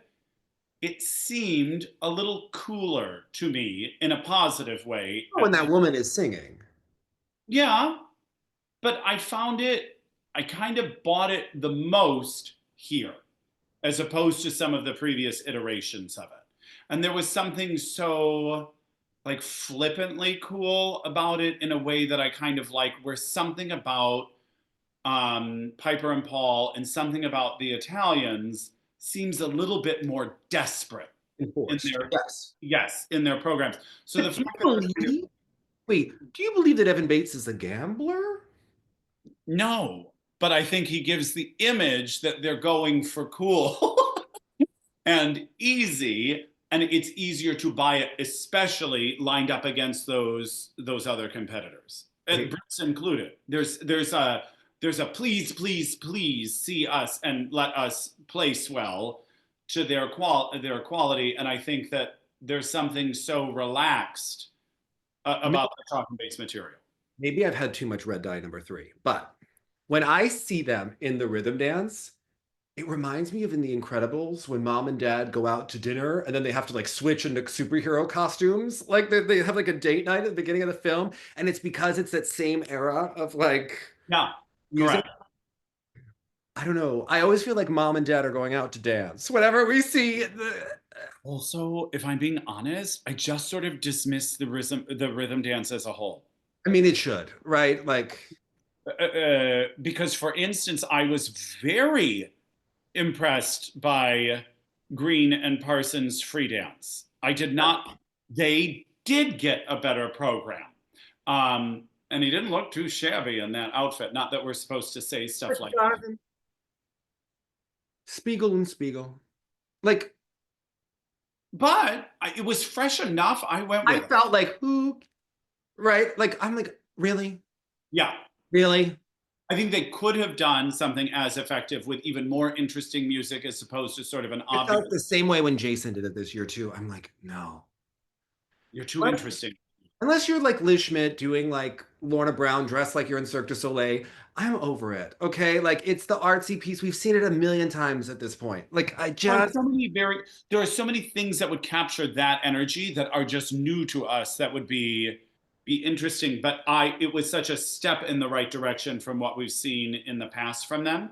What's interesting to me, politics of dance shocked me that they got rid of Brady and Somerville in the river dance. When we talk about in the rhythm dance, who's protected at nationals and who isn't. Like you wonder if they didn't forgive them for Worlds last year, or if they want them to split. Remember, he did a performance at Champs Camp. He did a solo exhibition, and with Isabella Flores' stuff and her partner, having the whole safe sport situation that he has, I wondered like, are they sending a message for this team to split? Because they did not do them. They put them behind the Browns, who are great skaters with zero performance quality. yeah, I agree. I agree. And when I watch the Browns, I think they are going to make amazing coaches. And this is like competing and artistry is not for them, right? Like I just felt like, oh my goodness, we got rid of Brady and Somerville quickly. And they had not a bad fall, to that was going to indicate that this was going to happen. I thought that that was an interesting move, and that we all of a sudden fell in love with Green and Parsons, and then they've definitely like Charlie has always been beloved by the USFS. He's done what they've asked him to do, taking on the teams that he has. Although people were upset when the team didn't do well at Worlds, the USFS has not, and the judging panel didn't have all of the big names for dance, who are more in the Igor pocket traditionally, which judges go which way. I was surprised that they weren't more forgiving of Zingis and Kolesnik. And granted, I could have seen it going other ways. I still think Zingis looks like a a single skater, especially in the rhythm dance when it's more technical. And I think the free dance seemed a little flatter to me than it had during the beginning. Maybe just it wore off over time. I don't know. But at the same time, and I do think there could be some absence makes the heart grow fonder with Green and Parsons. I just didn't buy the free dance and what they were selling at times. For Dingus and Kolesnik, you mean? Well, either Green and Parsons. I wasn't sure. I was just pleased. I mean, I know I sound like a broken record. I have said several times that my favorite pairing was Green and Parsons with their original coaches and choreographers because it was profound. And I know it must have been heartbreaking that they didn't make the Olympics when I wanted them to make the Olympics because I thought that program was so spectacular. And they have not found their footing with the programming. But finally, this free dance showed me they were taking a step in the right direction. Now, having said this, I know I love Zingis and Kolesnik. Yeah. Like, I'm a big fan of theirs. And yes, I know that she was a single skater, all these things. I notice and remember her more in general than I do Green. I notice Zingis more and I remember her more than I do Green. Maybe they were a little tighter here. Like, they were both very good. So like you're splitting hairs. They basically tied them out, right? Yeah. It's an interesting decision politically, the way that they did it. I don't know. I felt in the rhythm dance, Michael Parsons performed. He's always a great performer. I didn't feel that youthful energy the way he had it before. I don't know if he was nervous that they weren't going to be scored as well, if this was like going to an execution. It's a fair concern based on what's been happening. Yeah. But he performed more like the Michael Parsons we know in the free dance. He was still performing in the rhythm dance. But I remember them doing the Prince program. He was freaking magnetic, right? Like he had the energy. I found the rhythm dance a little cringy, and I don't. Which one is it? Envy the task because it's cringy what's being asked. but the costuming and it was just so schlocky and it just didn't do it for me. Okay. I love to see Madison Hubbell. You know, we love her. She's in our Hall of Fame of favorite people, right? Of character. Her hair is great. Okay. And I think she's done yeoman's work with Carrera and Ponomarenko. That program to me feels like they wanted to be Tessa and Scott because Christina watched it. With a lot of that same sort of what's so amazing about the Tessa and Scott Carmen is that opening high kick and when he roars that loud Yeah, world and yeah. because it's real. And you see like good Audrey Hepburn, like, you know, Swan Tessa Virtue do it. As opposed to frantic, and she's one I lose. There are also times when they're doing some of their lifts where I feel like the direction of the poses seems off compared to the camera angle, where Tessa and Scott's always seemed very deliberate where the camera angle was, where they're posing. And in Carrera and Ponomarenko, sometimes when they're like having a moment, but it doesn't feel like it's angled the right way on the ice, right? Like it doesn't feel like it's structured in that same way. Like the judges are here and the camera will be here. You need to do this and finish this lift in this direction, right? Like they do a good lift down the ice and maybe just the director kind of missed it, but it doesn't feel as impactful as it could be in terms of some of the structure. Um, it seems like it's a learning project for the coaches, for the team, for everything. I think they're very good skaters. I don't believe that they're going to be world champions when the teams ahead of them retire. I think they could get a medal, right? I think that, you know, they could But be. that thing that happens at nationals, right, where they show you who's clearly slotted in their spot, and then they show you who's fighting. So Yeah. it so I mean, Chalk and Bates had 8 million points more than anyone else, but it was so clear that they view Carrera and Ponomarenko as a solid second place, and then everyone else is vying for third. And I'm not a dance specialist, but I couldn't quite see the justification in such the gap between two and then three and four. Okay, so what Papadakis said is that she was like, when they did their 1 foot, she was like, I can tell they are much more comfortable and confident in those steps than any of the other teams. And I would say, yes, she was correct. When I watched that, I was like, I agree with her, right? Okay. Technically, I thought yes. Artistically, they perform so well in the rhythm dance. I don't like the costumes. Um, to me, they're really good skaters. They're not stars, and I don't know if that is It's just. like you've got a bunch of like neat ingredients, and I've yet personally to understand how they add up and move me. Mhm. And the idea of a Carmen, I was like, bring it. Everyone's like, oh, it's so tired. And I was like, we not heard a Carmen in like a decade. But yet It's like watching Hubbell if she didn't have that je ne sais quoi that made her so But intriguing. because she had that, we even when it was always questionable material, I was still kind of behind her. Yeah, if you know what, you know what it was. We couldn't stop talking about Hubbell. Yes. Lover or hater, right? Like I think about it and I'm like, Yeah. we loved their program or we hated their program. I'm reading this book about ice dance called The Favorites by Lane Fargo. My mom read it first, and I'm going to interview the author. But like the character, it's Wuthering Heights set in skating, but the characters are based off of Hubbell and Donahue, right? And they're supposed to be like jagged edge. It's actually interesting. Like there are moments in the book, like I always cringe with the skating book, right? And I'm like, this is going to be corny, but it's enough so that like it's about like twisted lovers and stuff that like it keeps you guessing where this is going, and you're like, you know, it's not going to end the happy ending, but you're like, oh, this is interesting, right? Like it's at least in it's oh like anytime that it's on the verge, I'm like, oh, this is still fun, right? Like so I've been like listening to while I'm stretching and everything and doing my walks, and I'm like, okay.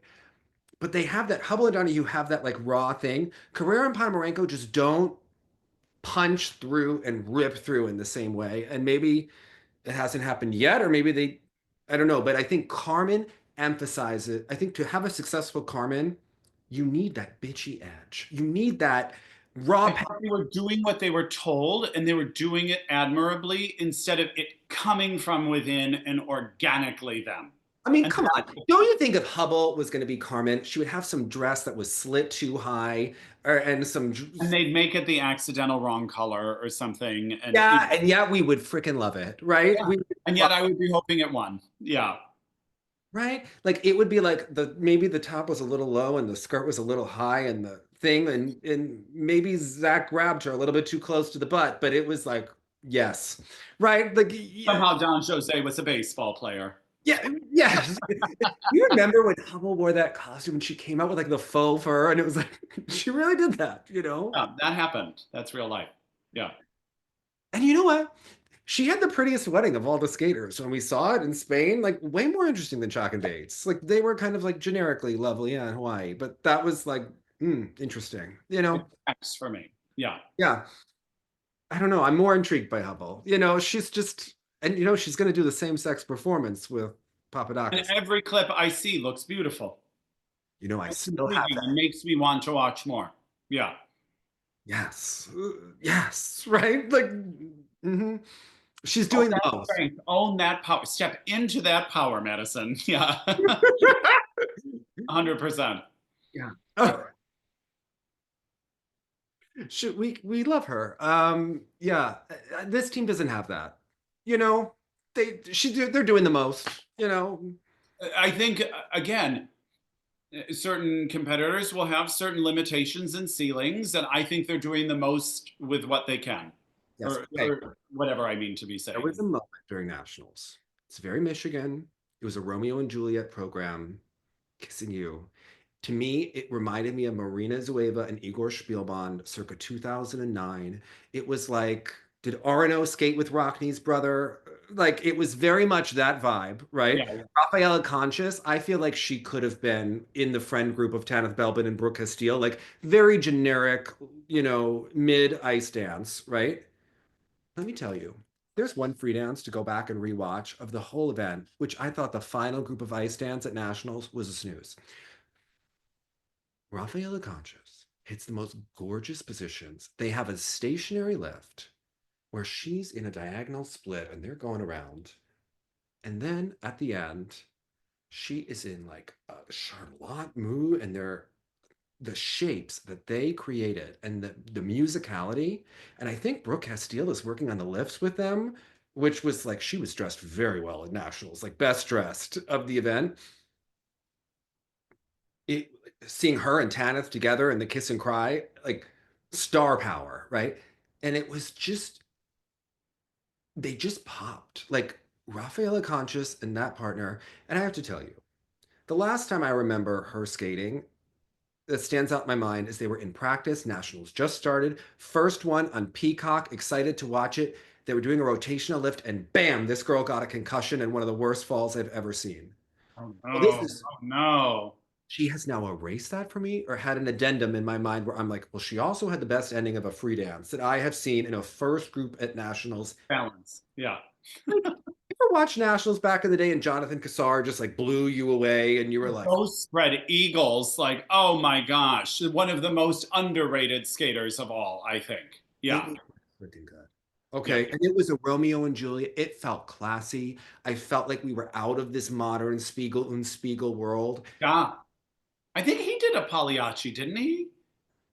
I mean, I remember this like Harlequin like sort of thing, but he those didn't die. He didn't die at the end, you know, but it was good. It was, you know, you probably saw the opera with Frank. You know, they probably talked. that died. Yeah. Okay. You know, Anne loved it. You know, the whole deal. And I did too. Yeah. Rafaela Conscious, that was a moment. Annabelle and Jeffrey, I don't think this is her last partner. He's too short for her. She needs a partner who's taller. It makes her skating skills and everything like hunchy. Isn't he? Are there many partners taller than Jeffrey? I mean, she's had a million partners. I think her best partner was David Narizhny, who went back to Russia to be with his girlfriend. I don't think he'd like Nikolai. He's tough. He's a tough one to like. Yeah. And choreographing for them. And then they did rock They too. they changed their free dance between the final in end of November, December, and now, and it looked like they put this together last week. So Yeah. I was expecting a lot based on the names alone. and I just sort of, it didn't really land for me. But I understand it's new, so maybe that just takes time. I just didn't understand it yet. I just, yeah, Yeah, yeah. there it is. I just got a text about the camera. My text is popping up on here, I forgot to hit it on. What did you think about the camera lens signature, Jonathan? The which? Ilia Malinin signing the camera. What was that? I gave him the Sharpie though, right? Someone But asked if it was I that didn't, invited. because I also thought, okay, let's talk about the camera angles here. First of all, too close. Yeah. I do not want to see every young woman's peach fuzz on their upper lip. I That's don't get why they not kind. It's not necessary for us to be so up close. I would rather Jordan have the camera close to, and listen, I respect his hustle on what he has built, right? I personally hate going to an ice show when during the performance when he's on the ice. If he wants to film the practice and get those angles, I find it so distracting as an audience member when he is on the ice during the performance. I don't like it. Karen Cortland did it at the World Figure Championships. I didn't like that either. It's not personal. I find that distracting. I do as well. And they were coming on for like the bows, and the next skater is trying to warm up, and there's this, and now there's someone walking around with a camera. It was not it for me. I would rather I like to hear the student interact with the coach getting off the ice. Like to me, that's some of my favorite moments from the Olympics, and I think it adds to nationals.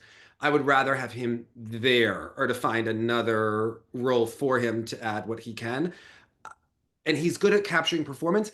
I don't think seeing the skater so close up as they get off the ice, I don't think it adds. I don't like I just it's a personal thing. Again, I just felt like I was magnifying everyone's skin issues or something, and I was like, that's not adding.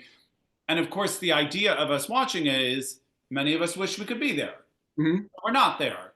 But also, I'm not this far away from any skater's face looking at how big their pores are before they start skating. Yeah, I don't. To me, I don't think it added. I'm glad that they're trying to do things to make the broadcast more engaging. I just don't think that that necessarily. Same when they were trying those like cameras that were like over the rink on the things, and then they would try aerial views of the spins, and I would almost vomit.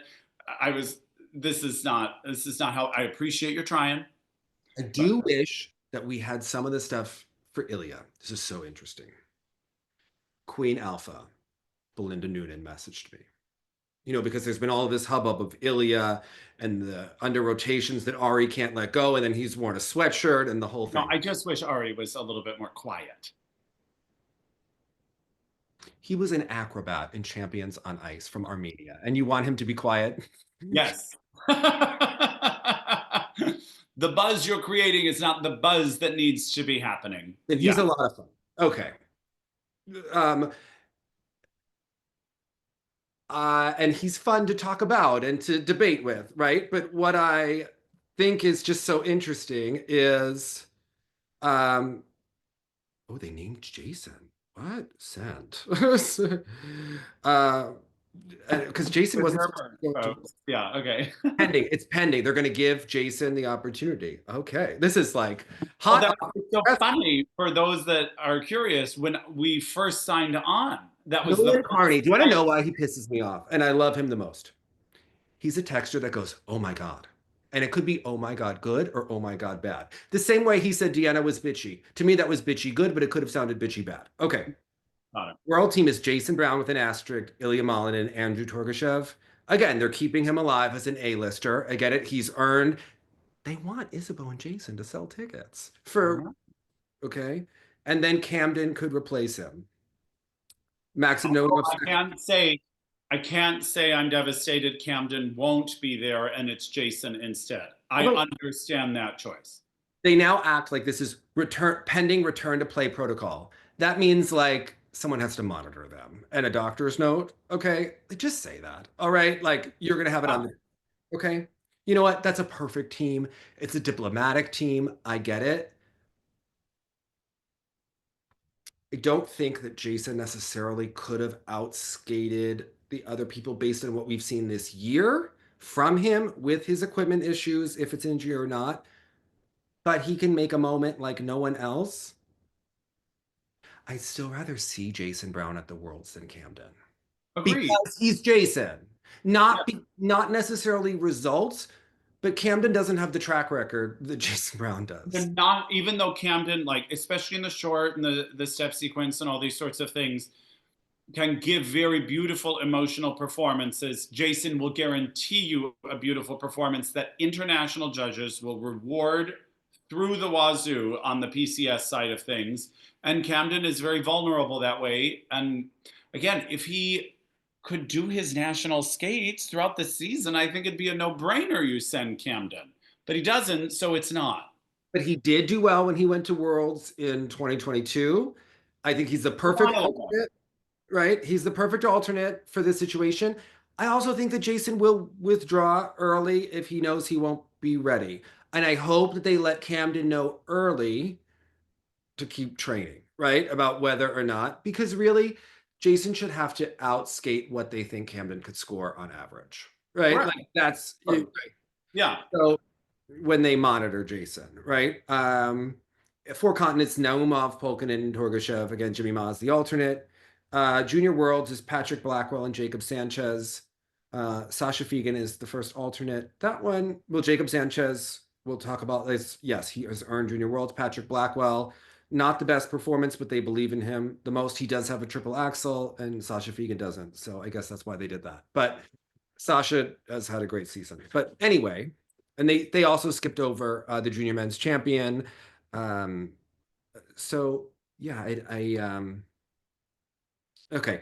These teams, I think that they're making We're watching Dave process in real time. It's they're exciting. making kind of Marta Crowley moves for Worlds and to get people ready for the Olympics. The interesting one is what we decided to do for pairs, where Efimova and Mitrofanov don't have citizenship, but we're going to use them to get us spots. Oh, Well, she doesn't have citizenship, and we don't know if they're married. Okay, which in this, by the way, Ben Augusto was so good. He's so likable and such a nice boy, and yet you I could think so too. he did not approve that that coach in Colorado had all those teams married. And he made us known that Nessa got married on her 17th birthday. When he said it, I was like, yeah, that lands like a ton of bricks. You know what? He knows it. He knows it, but he said it in such a positive way where you can't get mad at him. And he said it like a factoid. And I thought, there's a And competitor. it isn't. Show me the lie. When he was like, and did you know they married on the day she turned 17? In another state. It was an interesting inclusion, but again, not false. You know what? That coach was so excited until that. I have to say, I think that Caitlin Weaver is really strong with concepts with programs, but the execution and the ideas of the emotion don't always come through. I thought for Nesset and Markelov, I liked the idea of the music and the ABBA for the idea, but then the actual colors of their costumes was so interesting because one, I'm already cringing because they got married when she was 17 and the whole code, right? Like it's a tough watch, right?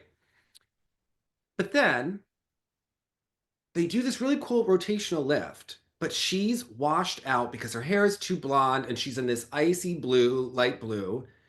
And then he's in this leopard print jacket that's stealing my attention from her gorgeous back position as they're doing the rotational lift. And I was like, she does have one, doesn't she? Like that. I was like, if she were in magenta and he were in black or dark blue, like you would not be distracted here. But like the things are just need rearranging. So yeah. And sometimes I think that she picks like really fun music that's performative but not emotional for people. Mm. Like the wicked music for Mao Shimada, right? Like it's fun, but I don't feel it's like too big for her to have an emotional voice. Yeah. Like an interesting like nuance thing. But yeah. It's a good concept for her, but you know, the little things there. Okay. Who was it Shaylin that did Torgashev short? Oh, I'm sure. He always works with her. Yeah. I am obsessed. Yes. And the he is so generic. That short program in those like da da da da.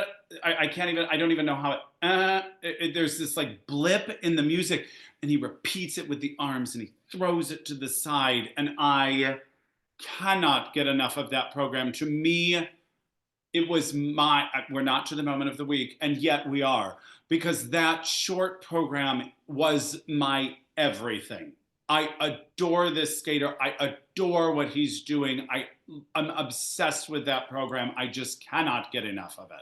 It's everything I want from a skater. I agree. It's fantastic. And then he goes the traditional route, which is lovely. Yeah. But the short, for the free skate, for the short program, could watch it on repeat 100 times. I love it and notice something new each time. Yeah, I think it's a masterpiece. I agree. I think Ilia's short is better than his free. Mm-hmm. I think Torgashev's free nowhere near as good as his short. No, the short says so much, and then the free skate was a little like, okay, now we're just going to do this, and just be a little. He needed the free because they're changing around how many quads he's doing and the standard approach. Interesting, right? Because the interesting thing, and also, you know, blah, blah, blah, PCS, we know nobody really judges it the way we wished they would. And I know what they have to do for Ilia because it's their job to continue to set him up. But I don't know how Andrew Torgashev, wait, I want to look it up, was getting those PCS numbers and Ilia was getting his. I don't know how, for choreography and presentation, Andrew in the short program is in the mid to high 8s and Ilia's getting 10s. To me, reward Andrew for it then. If you have to do that for Ilia, and I understand all the complexities that come with it, but my God, will you give Andrew a 9 something for all of those PCS in that short program? Because it is so well earned. Yeah. Okay. For Ilia, do you think that they're trying to force making him Michael Jordan like too hard rather than just letting the boy skate and win? Like, part of the thing with Nathan is Nathan could do every quad. And if he had needed the quad axel, probably would have worked on it, right? The triple axel was not Nathan's best, but you know, right? Raphael claims he was, you know, has very good attempts, but part of what made Nathan so amazing was his ability to compete against Yuzuru Hanyu, right? Like two legends going against each other. And yes, Ilia doesn't have someone that close to him right now. People argue different things. Yuma, who I think is a beautiful skater, but no one can come close to. And for as much as it may not be my overall aesthetic, I must give credit where credit is due because it's remarkable, obviously, what he's doing technically. But I don't know that any of his winning performances will go viral. I mean, the Worlds did, and he skated so well, and it was the right music at the right time. I don't necessarily think the artistry was anything special, right? I think his costumes are always an Urmanov disaster, right? And they go from. If you're playing this like machismo, like heterosexual athlete card, those are not those are like Johnny Weir reject costumes. Those are not Nathan Chen costumes or whatever. Like, please go simple. I always find a white rapper to be cringe. Like, I just to me, the free, I just feel like it's something blaring at us. The whole thing feels like a bunch of tricks and stunts. And like I feel the perfect move is when he goes like this, because that's what the whole program feels like. It's just shit coming at you the whole time. It's the only moment also he goes this way because the rest of it, he physically comes in and at you, and it can be an assault, certainly on television. Yeah. I have not seen it live. Maybe in the context of the rink, it doesn't read as aggressive, but it certainly comes across that way, and almost this frantic, To me, they want him to be called the greatest of all time. Like, it's clear Ari is chasing that and wants the big numbers for the records, and that's why they want him to do all the quads, and they want him to do that. Like, I almost wish they just let him skate and be amazing. But it feels like they're trying to force him to be Simone Biles, but there's something about it that's not clicking because he's winning nationals, right? This is supposed to be his moment where NBC's going to post him and like allow it to go viral. And he doesn't do the quad axel in the short, which it would be it'd be much easier for that to go viral if, they just put everything there. Although, I mean, on the outside, I understand this is not the moment you need to do it. And he Yeah. did do it in the free, and it was Yeah. beautiful. The quad loop was not going to happen today. It's clear that's not his quad. Like, That was a tough fall, like a turtle, like on its back almost. much better than his previous two wins at nationals, which were abysmal. Okay. They were really hard, especially the first one, but last year was also not good.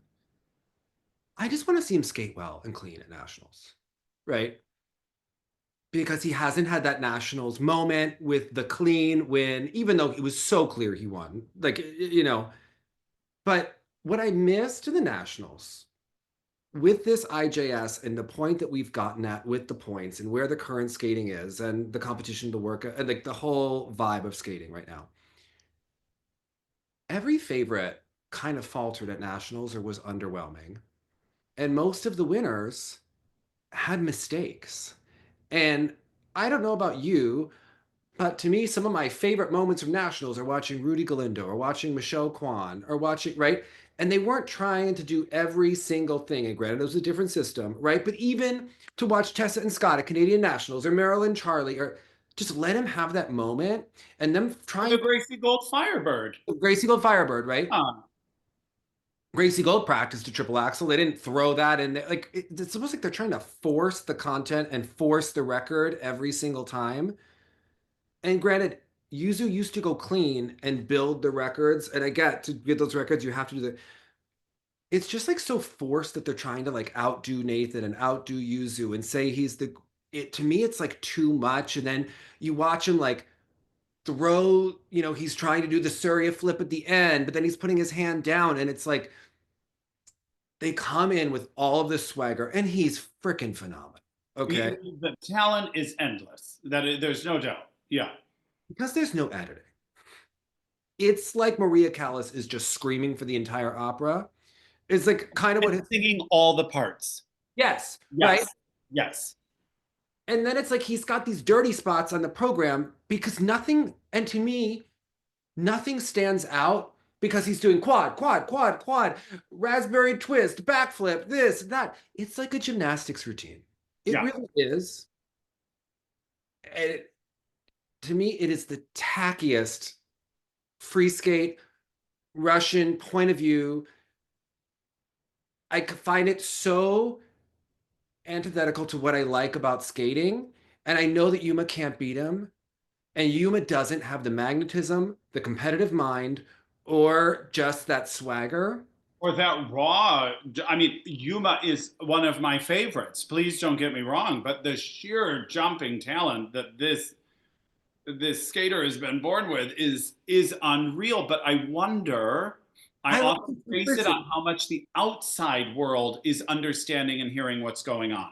The outside world has heard a little bit about Amber Glenn. The outside world always asked me about Hanyu, always asked me about Nathan Chen.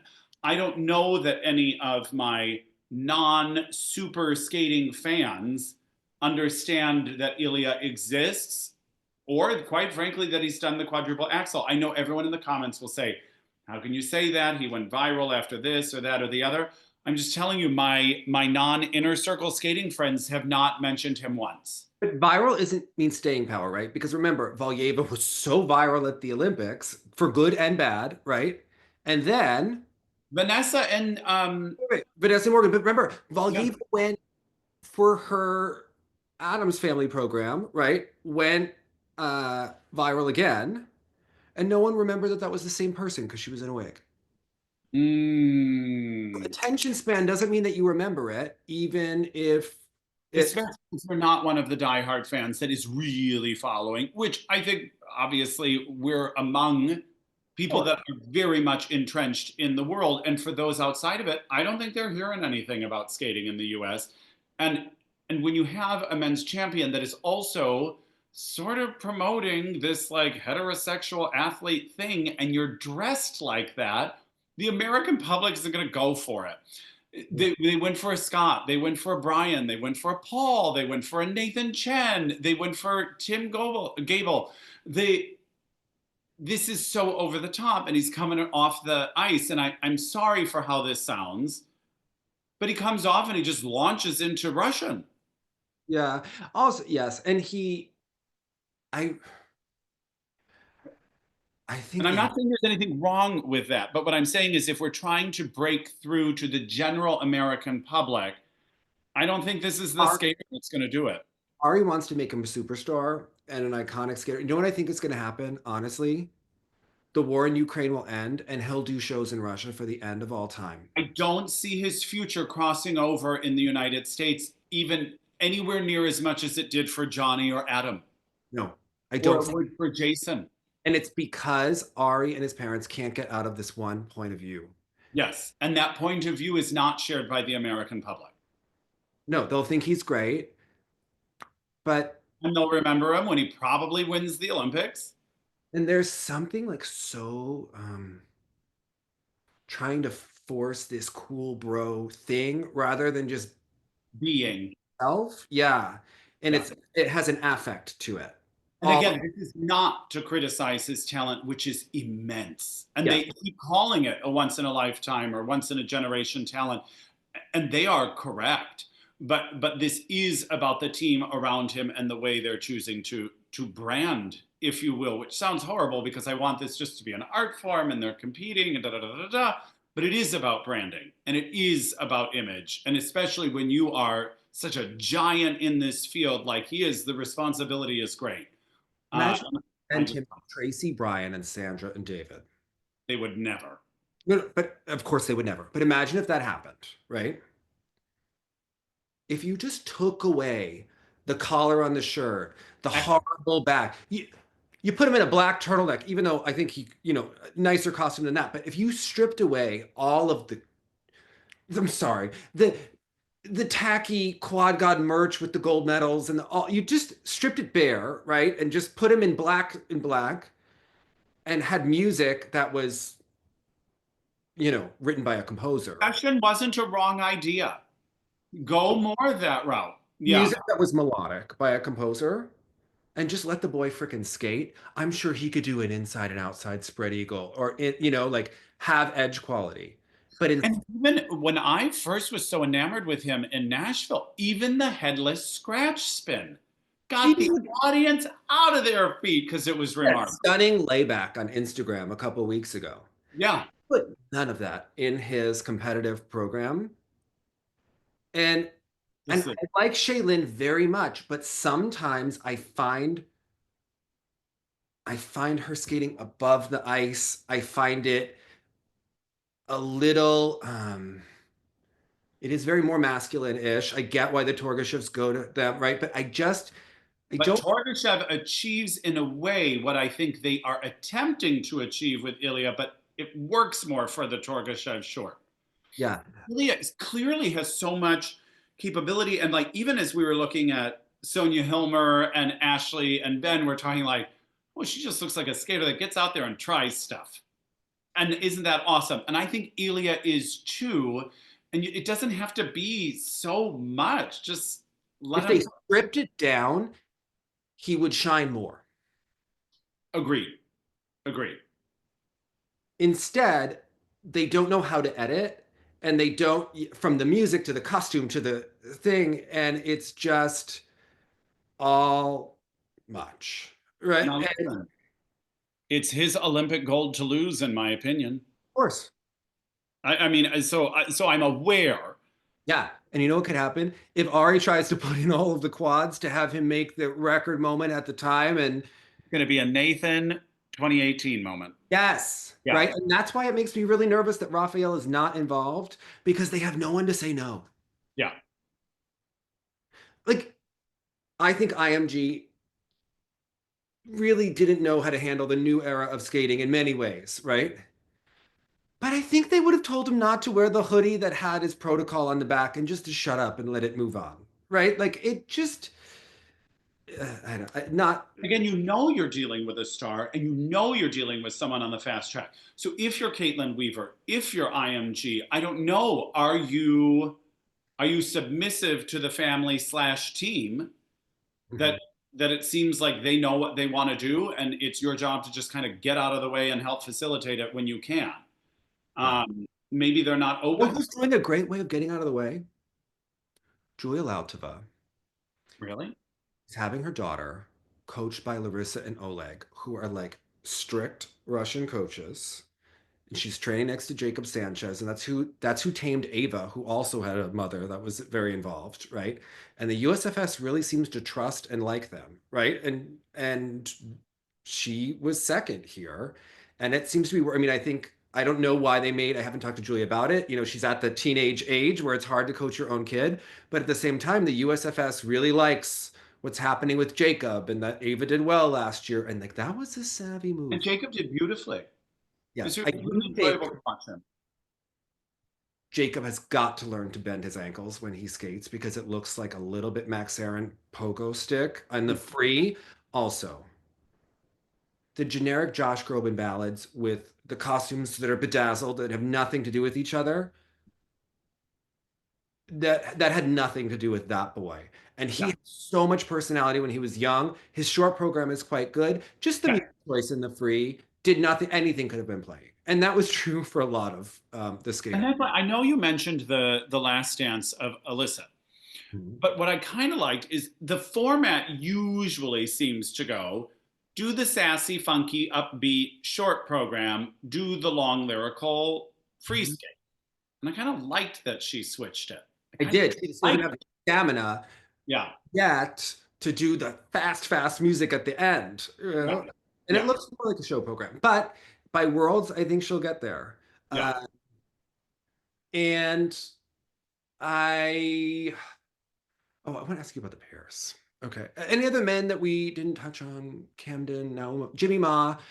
Again, that he should do No. the work that Amber is doing with the neuro because that boy has had more and more short program moments at nationals to not do the free, and he's so engaging and would be so delightful in front of a Boston crowd, but they were going to send Jason anyway, so it's Yeah. neither.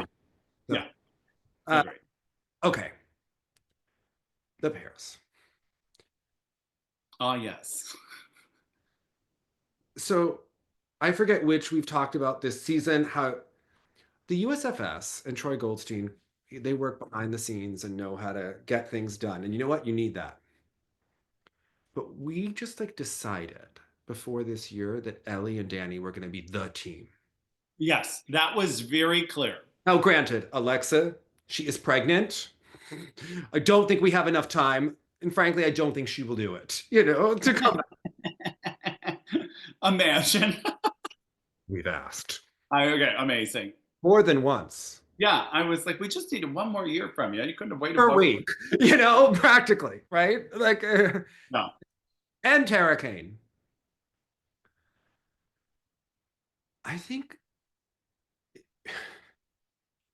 the USFS doesn't learn. We put so much like how we like forced Gracie to the forefront and she crumbled, right? All of a sudden, we have this girl that we paired with someone much older, put her to the forefront. She was already missing the jumps. And then now we're like, we're going to throw all the scores and sign you with an agent and give you the shows. And like, yes, they've Now done you're in the well. Grand Prix final, and now you're this, and now you're the headliner. Yeah. And the way this is going, and if they prove us wrong, thrilled It's to be wrong. always hoping that people do. Yeah. My fear, beginning of the season, 4 or 5 falls at Nebelhorn. Nationals defense of a title under pressure, free skate. One thing after another fell apart. Danny missed it. Did that first little mistake he have make her doubt, and then it snowballed, right? I fear that we put them in the Olympic team event and this happens again. Yeah. It's almost like they're pushing so much pressure, so much everything. Drew's first real time is a big pair. I don't know, but there's something about this that feels really risky to me, like the aggressive push from. And rushed. Yes. They could have done that, but they did it in such a short amount of time. They've improved a lot. Yeah. Okay. Because They again, when they first started pushing, they were only doing throw doubles. they really have improved a lot. So they're right. It's just the aggressive push by the USFS. We know that they are like the scores. So much so with the scores, I was wondering like if Deanna and Max don't perform their best and they like, are they gonna beat them? Because I don't think that's accurate. But like the way this is going, also, they kind of missed the choreographic moment. Marie France choreographed something like this, and they just completely missed the pause and skate through it at the beginning of the program. It's clearly supposed to be a moment where we go like this and then stop, and we just completely like bulldozed through it. That Ellie Cam is like a gymnast. I don't see any artistry, but it's fine. I um I It's a fast learning curve that they have not afforded her. yeah. I think, and you know who really impressed me, aside, except take the side by side triple flip out, Katie McBeath, and I was shocked, first of all, that they were going to go for it because it looked like perhaps it wasn't always happening in practice. Who didn't knows? like his costume next to hers. I would have had him in dark blue and in a mock neck with her in the whatever. It was so good. I know generic ballad that we hate. But they had the moment when Very, they're feeling that ballad. You buy it a little bit more. it's like a little too much what we would expect from Jenny and Todd. Like if we were like making fun, right? Like a little too on the nose, Yeah. but a nice looking team. Very well done. Also, Jim Peterson had a team. No, they were not last, but they were, not, um, near the top and like really good tracking. And I was like, when you see it, you're like, wow, Jim Peterson really had that team tracking well. And these other teams don't have it. And that's why I noticed it. And I just thought, wow, okay. So, something from the past that, used to matter in pairs. Like, Yeah, funny that. Yeah. better than Audrey and Balazs, who were fantastic. They didn't have that Jim Peterson tracking going on. I was like, okay. Um, did you see there was one girl that messed up in pairs, and her partner messed up a lot too, and she was bawling hysterically in the kiss and cry. It Oh was no, that's hard to hard see. to watch. So much so that she was having like a panic attack and couldn't control it. Oh no. And it would be like if it weren't on Peacock, you could cut to commercial. Like so much. Right. It was the point where you're like, cut away. In the Like free skate? what? In the free skate? Oh yeah. They were probably like, Ashley, say something, and she just couldn't phonate at the time. Ashley was feeling horrible for her. I mean, everyone was. It was Yeah. just couldn't. Oh Uh, man, that is tough. And but anyway, yeah, I thought Audrey and Balazs, they got very lucky with the four continents. I think that that was probably a predetermined move that they were going to go there if they did well.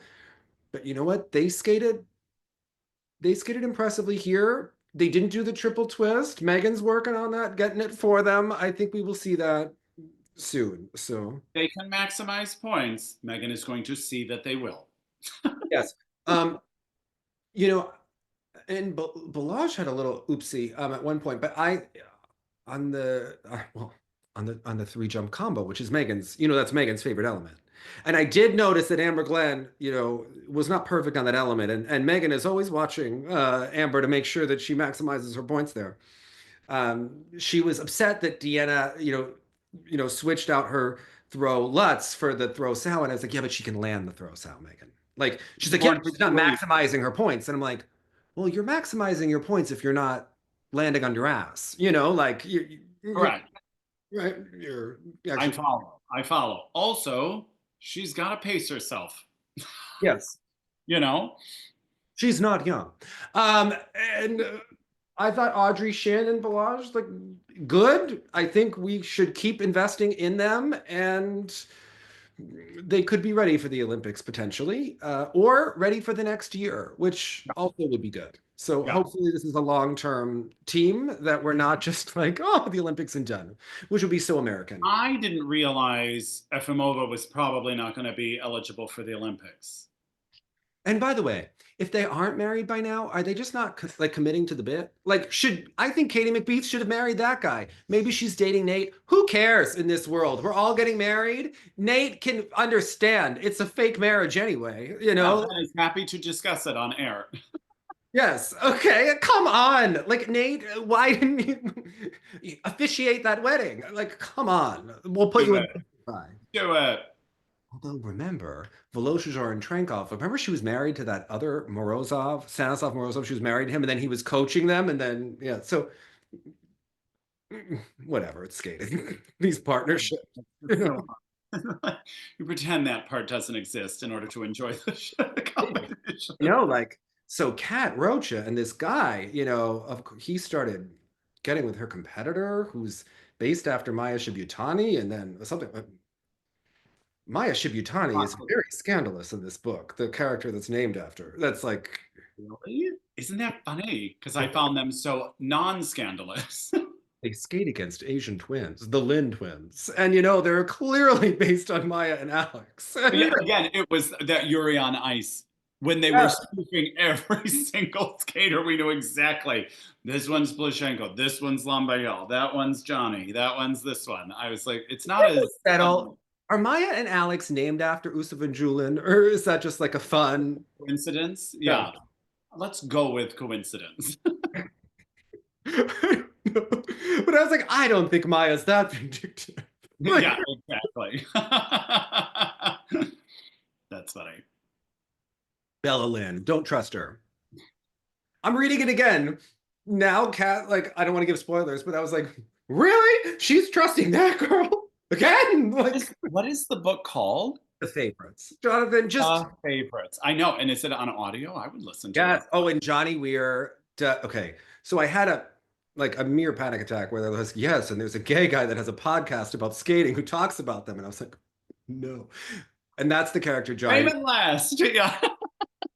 It's clearly based on him, but like as a commentator. Hilton, yeah. And he reads the thing, and it's so funny because sometimes I listen to the step-by-step rewatch podcast because I love the girl that was in My Two Dads and then was in Step by Step. Yeah, I forgot about her. The blonde that was really sassy.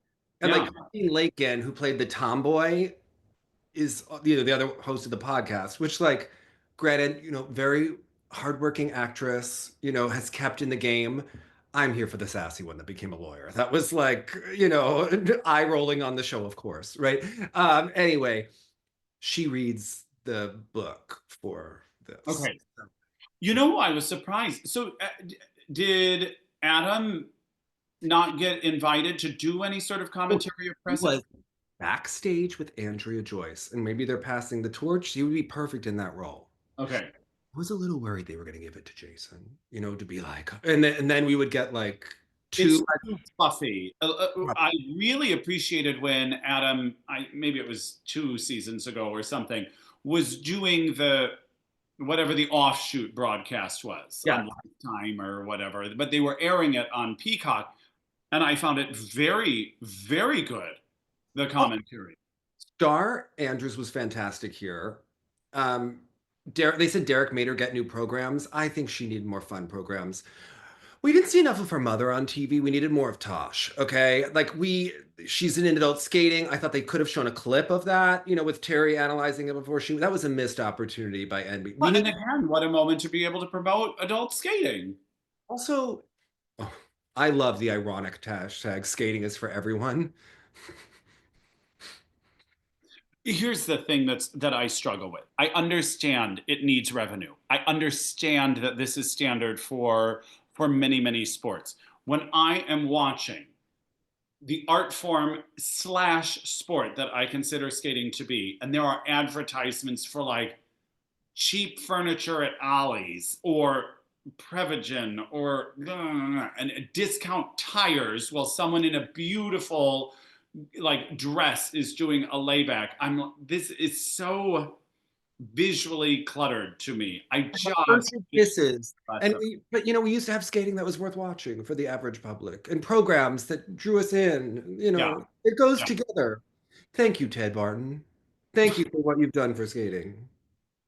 And Joe Inman, wasn't he a part of it? Yes. Joe Inman, who won't admit that he was in the wrong, maybe in 2002 and with the Well, OJ. Arena Slutskaya action there. Yeah. Yeah, again, I don't envy the task of trying to quantify art. It's a nightmare. But man, this. But I will say at these championships, I at least saw more variety of programs across certain disciplines than I have in the past. And because some have been very tough because I feel I'm watching the same formula over and over again to the same, practically the same music. And this did provide, especially in the women's event, a lot of. I've never asked you this. I want your honest take. I'll give it to you. Michelle Kwan fell in a triple flip at the Salt Lake City Olympics with Frank Carroll by the boards. Would Joe Inman have voted the same way? Or was he already perceiving her differently for leaving Frank? And now, then the argument thickens where it's, would Michelle Kwan have fallen on a triple flip if Frank Carroll was at the boards? That was the question that was most posed to me. I know someone that was in the rink at that time. And like Arrowhead, or you mean the Olympics? Okay. And they don't blame her for making the decision that she made. And that's the thing. We There's a lot of pressure. No. There was a lot of pressure in that situation with a lot of for a teenager.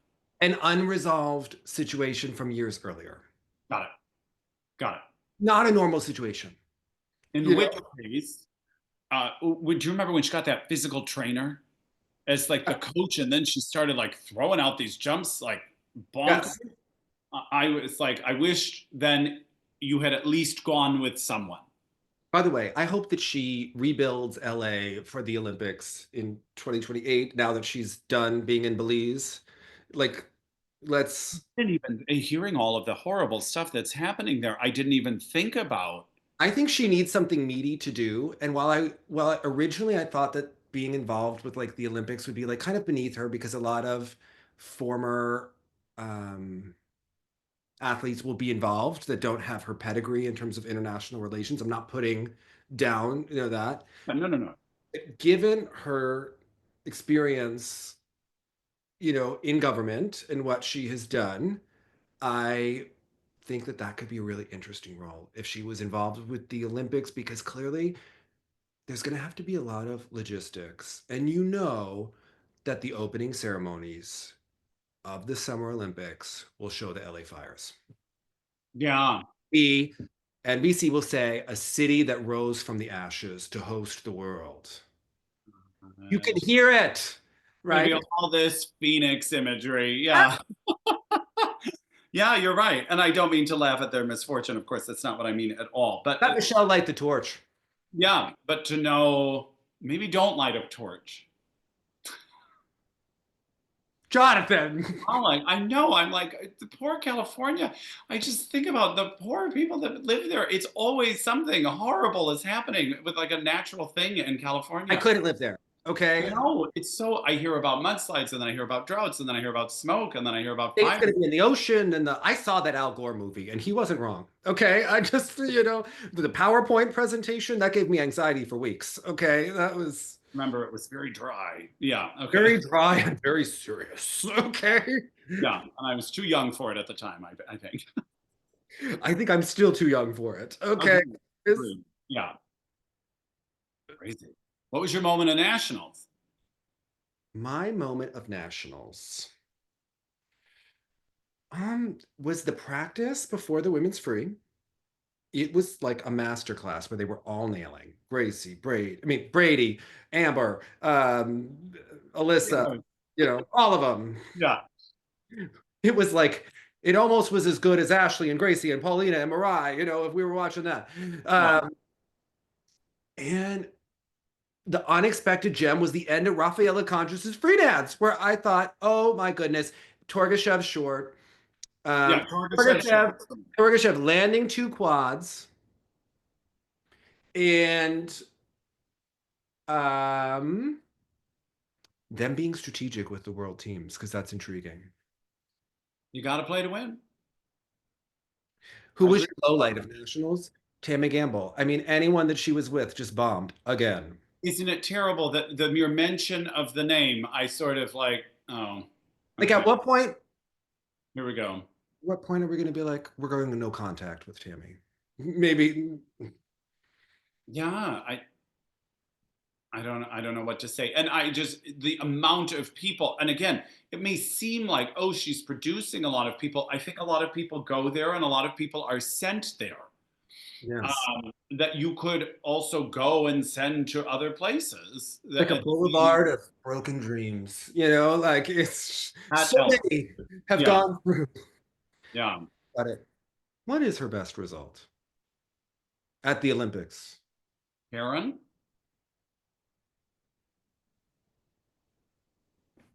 Is that the loop? The sow cow? I can't remember what the plaguing jump Loop. was. The loop and the boots. Yes. Ah, yeah. The loops. What was your moment of nationals? Andrew's short program.